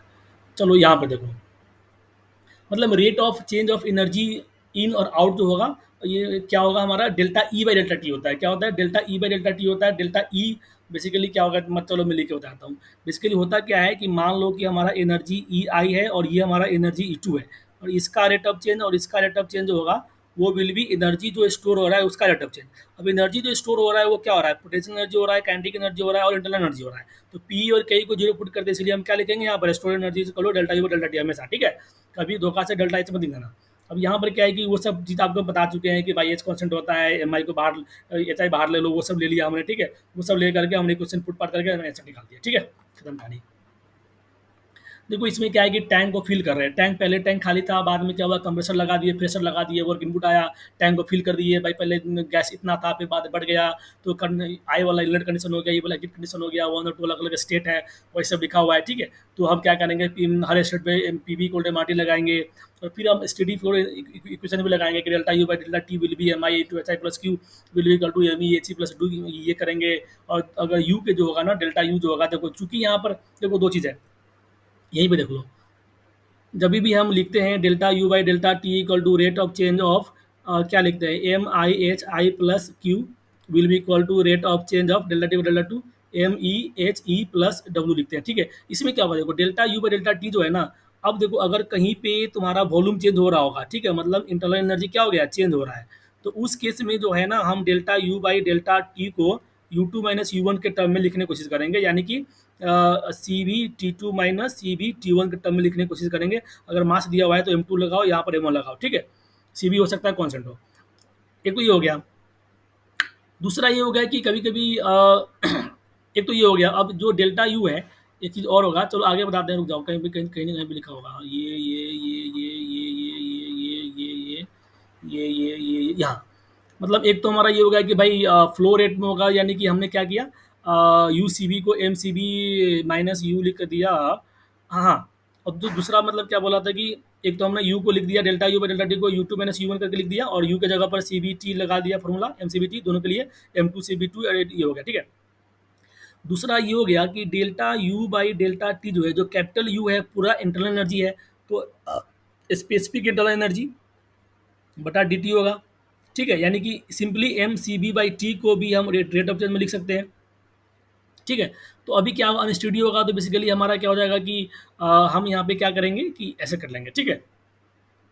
यानी कि सी बी को बाहर निकाल लेंगे और एम और टी के रेस्पेक्ट में कर लेंगे। अब मान लो बोलेगा कि नहीं भाई, आपका टेम्परेचर और ये सी बी जो है, अब बोलेगा कि टेम्परेचर जो वेरी कर रहा है और मास फ्लो रेट जो है कांस्टेंट है, मतलब कि स्टडी है, तो उस केस में हमें क्या करना है, ये जो है D u by D B को हम क्या करना है, यू लिखते हैं, एम सी बी टी लिखते हैं ना, तो इसको बाहर निकालना है और टी को अंदर रखना है, तो इसीलिए ऐसा हो जाएगा। ये कब होगा, जब टेम्परेचर वेरी कर रहा हो, स्टडी फ्लो में आता है जनरली। और स्टडी में क्या होगा कि यू सी बी के जगह पर हमें पुट करेंगे, एम सी बी यू पुट करेंगे, मतलब स्मॉल वाला यू और एम पुट करेंगे, और एम को हम क्या करें, स्मॉल यू जो है ये तो कॉन्स्टेंट एनर्जी है ना, तो स्मॉल यू बाहर आ गया, बचा क्या, मास बचा, ठीक है। तो मास का रिडक्शन हो जाता है, ठीक है। डेट्स इट, यही बताना चाह रहा था मैं, ठीक है। तो यहाँ पर अगर हम देखेंगे, यहाँ पर देखेंगे तो यहाँ पर हम नहीं आपको पहुँचे थे, अभी हम लोग ऊपर ही थे, अभी हम लोग इससे भी ऊपर थे, कहाँ थे, यस यहाँ पर थे, ओ सेट यहाँ पर थे क्या, यहाँ पर थे, ठीक है।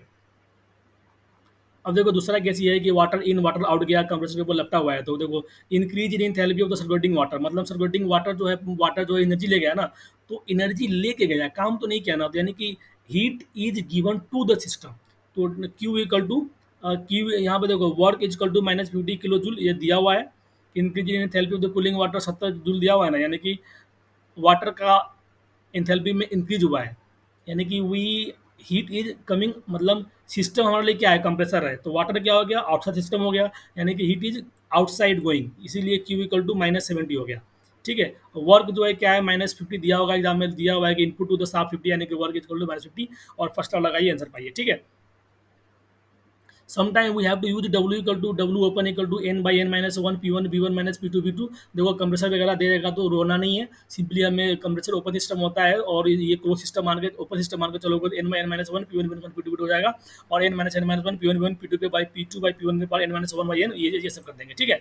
और हमें एस एफ पी लगाना है, यही तो करना है, क्या करना है, एक तो इक्वेशन लगाओ और दूसरा एस एफ पी लगाओ, आंसर पाओ और हंसते हंसते जाओ, ठीक है।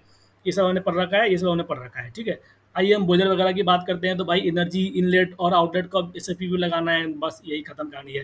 ये देखो, ये थोड़ा सा इंपॉर्टेंट है भाई, देखो एयर यहाँ पर इन हो रहा है और यहाँ पर एग्जॉस्ट गैस हो रहा है, तो एयर इन हो रहा है, हम क्या एयरप्लेन की बात करें तो यहाँ पर मास ऑफ द फ्यूल बर्न होगा ना, मास ऑफ फ्यूल बर्न होगा, और यहाँ पे कुछ हीट भी दे रहे हैं, तो ये क्या होगा कि एयर का एनर्जी प्लस फ्यूल का energy plus heat input will be equal to the gas exhaust.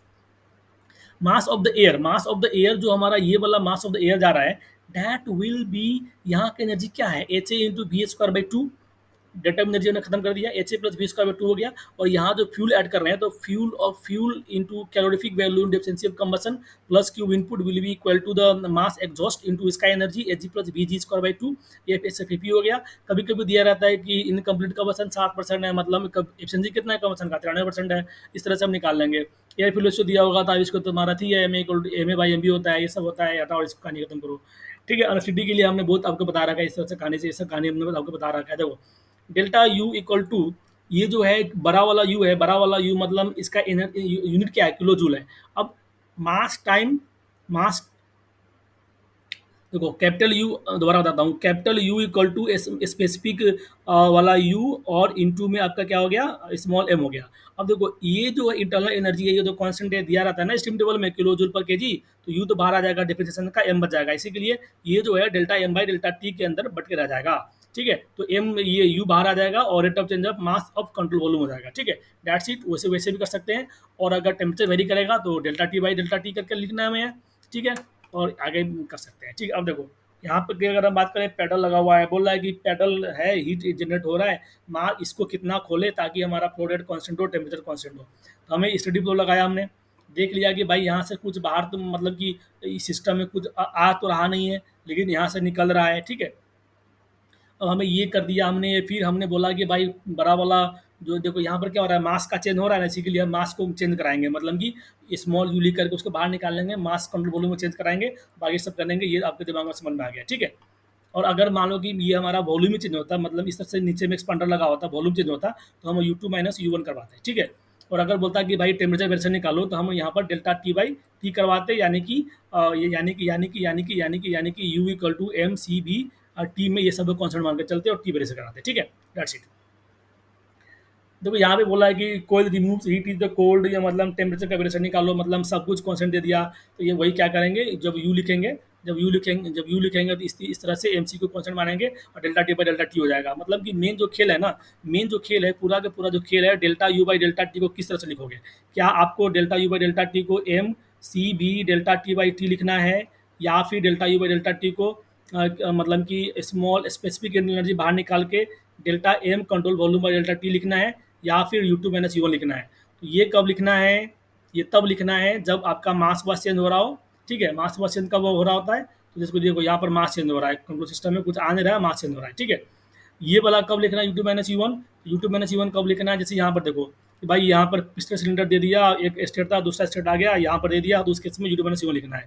और ये वाला कब लिखना है, two two minus T one, ये वाला तब लिखना है जब टेम्परेचर का वेरिएशन दे दिया हो, ठीक है। बाकी सब वही है, सब चीज़ वही है, सब चीज़ वही है, वैसे ही करना है, ठीक है। ये हमारा खत्म हो जाएगा, ये भी खत्म हो जाएगा। देखो यहाँ पर चूंकि पिस्टन मूव करेगा तो आपका ये कांस्टेंट प्रेशर वाला वर्क भी आएगा, पीडीवी वर्क भी आएगा, ठीक है। ये इनिशियल स्टेज है, फाइनल स्टेज है, work equal to B two minus B one भी हो गया।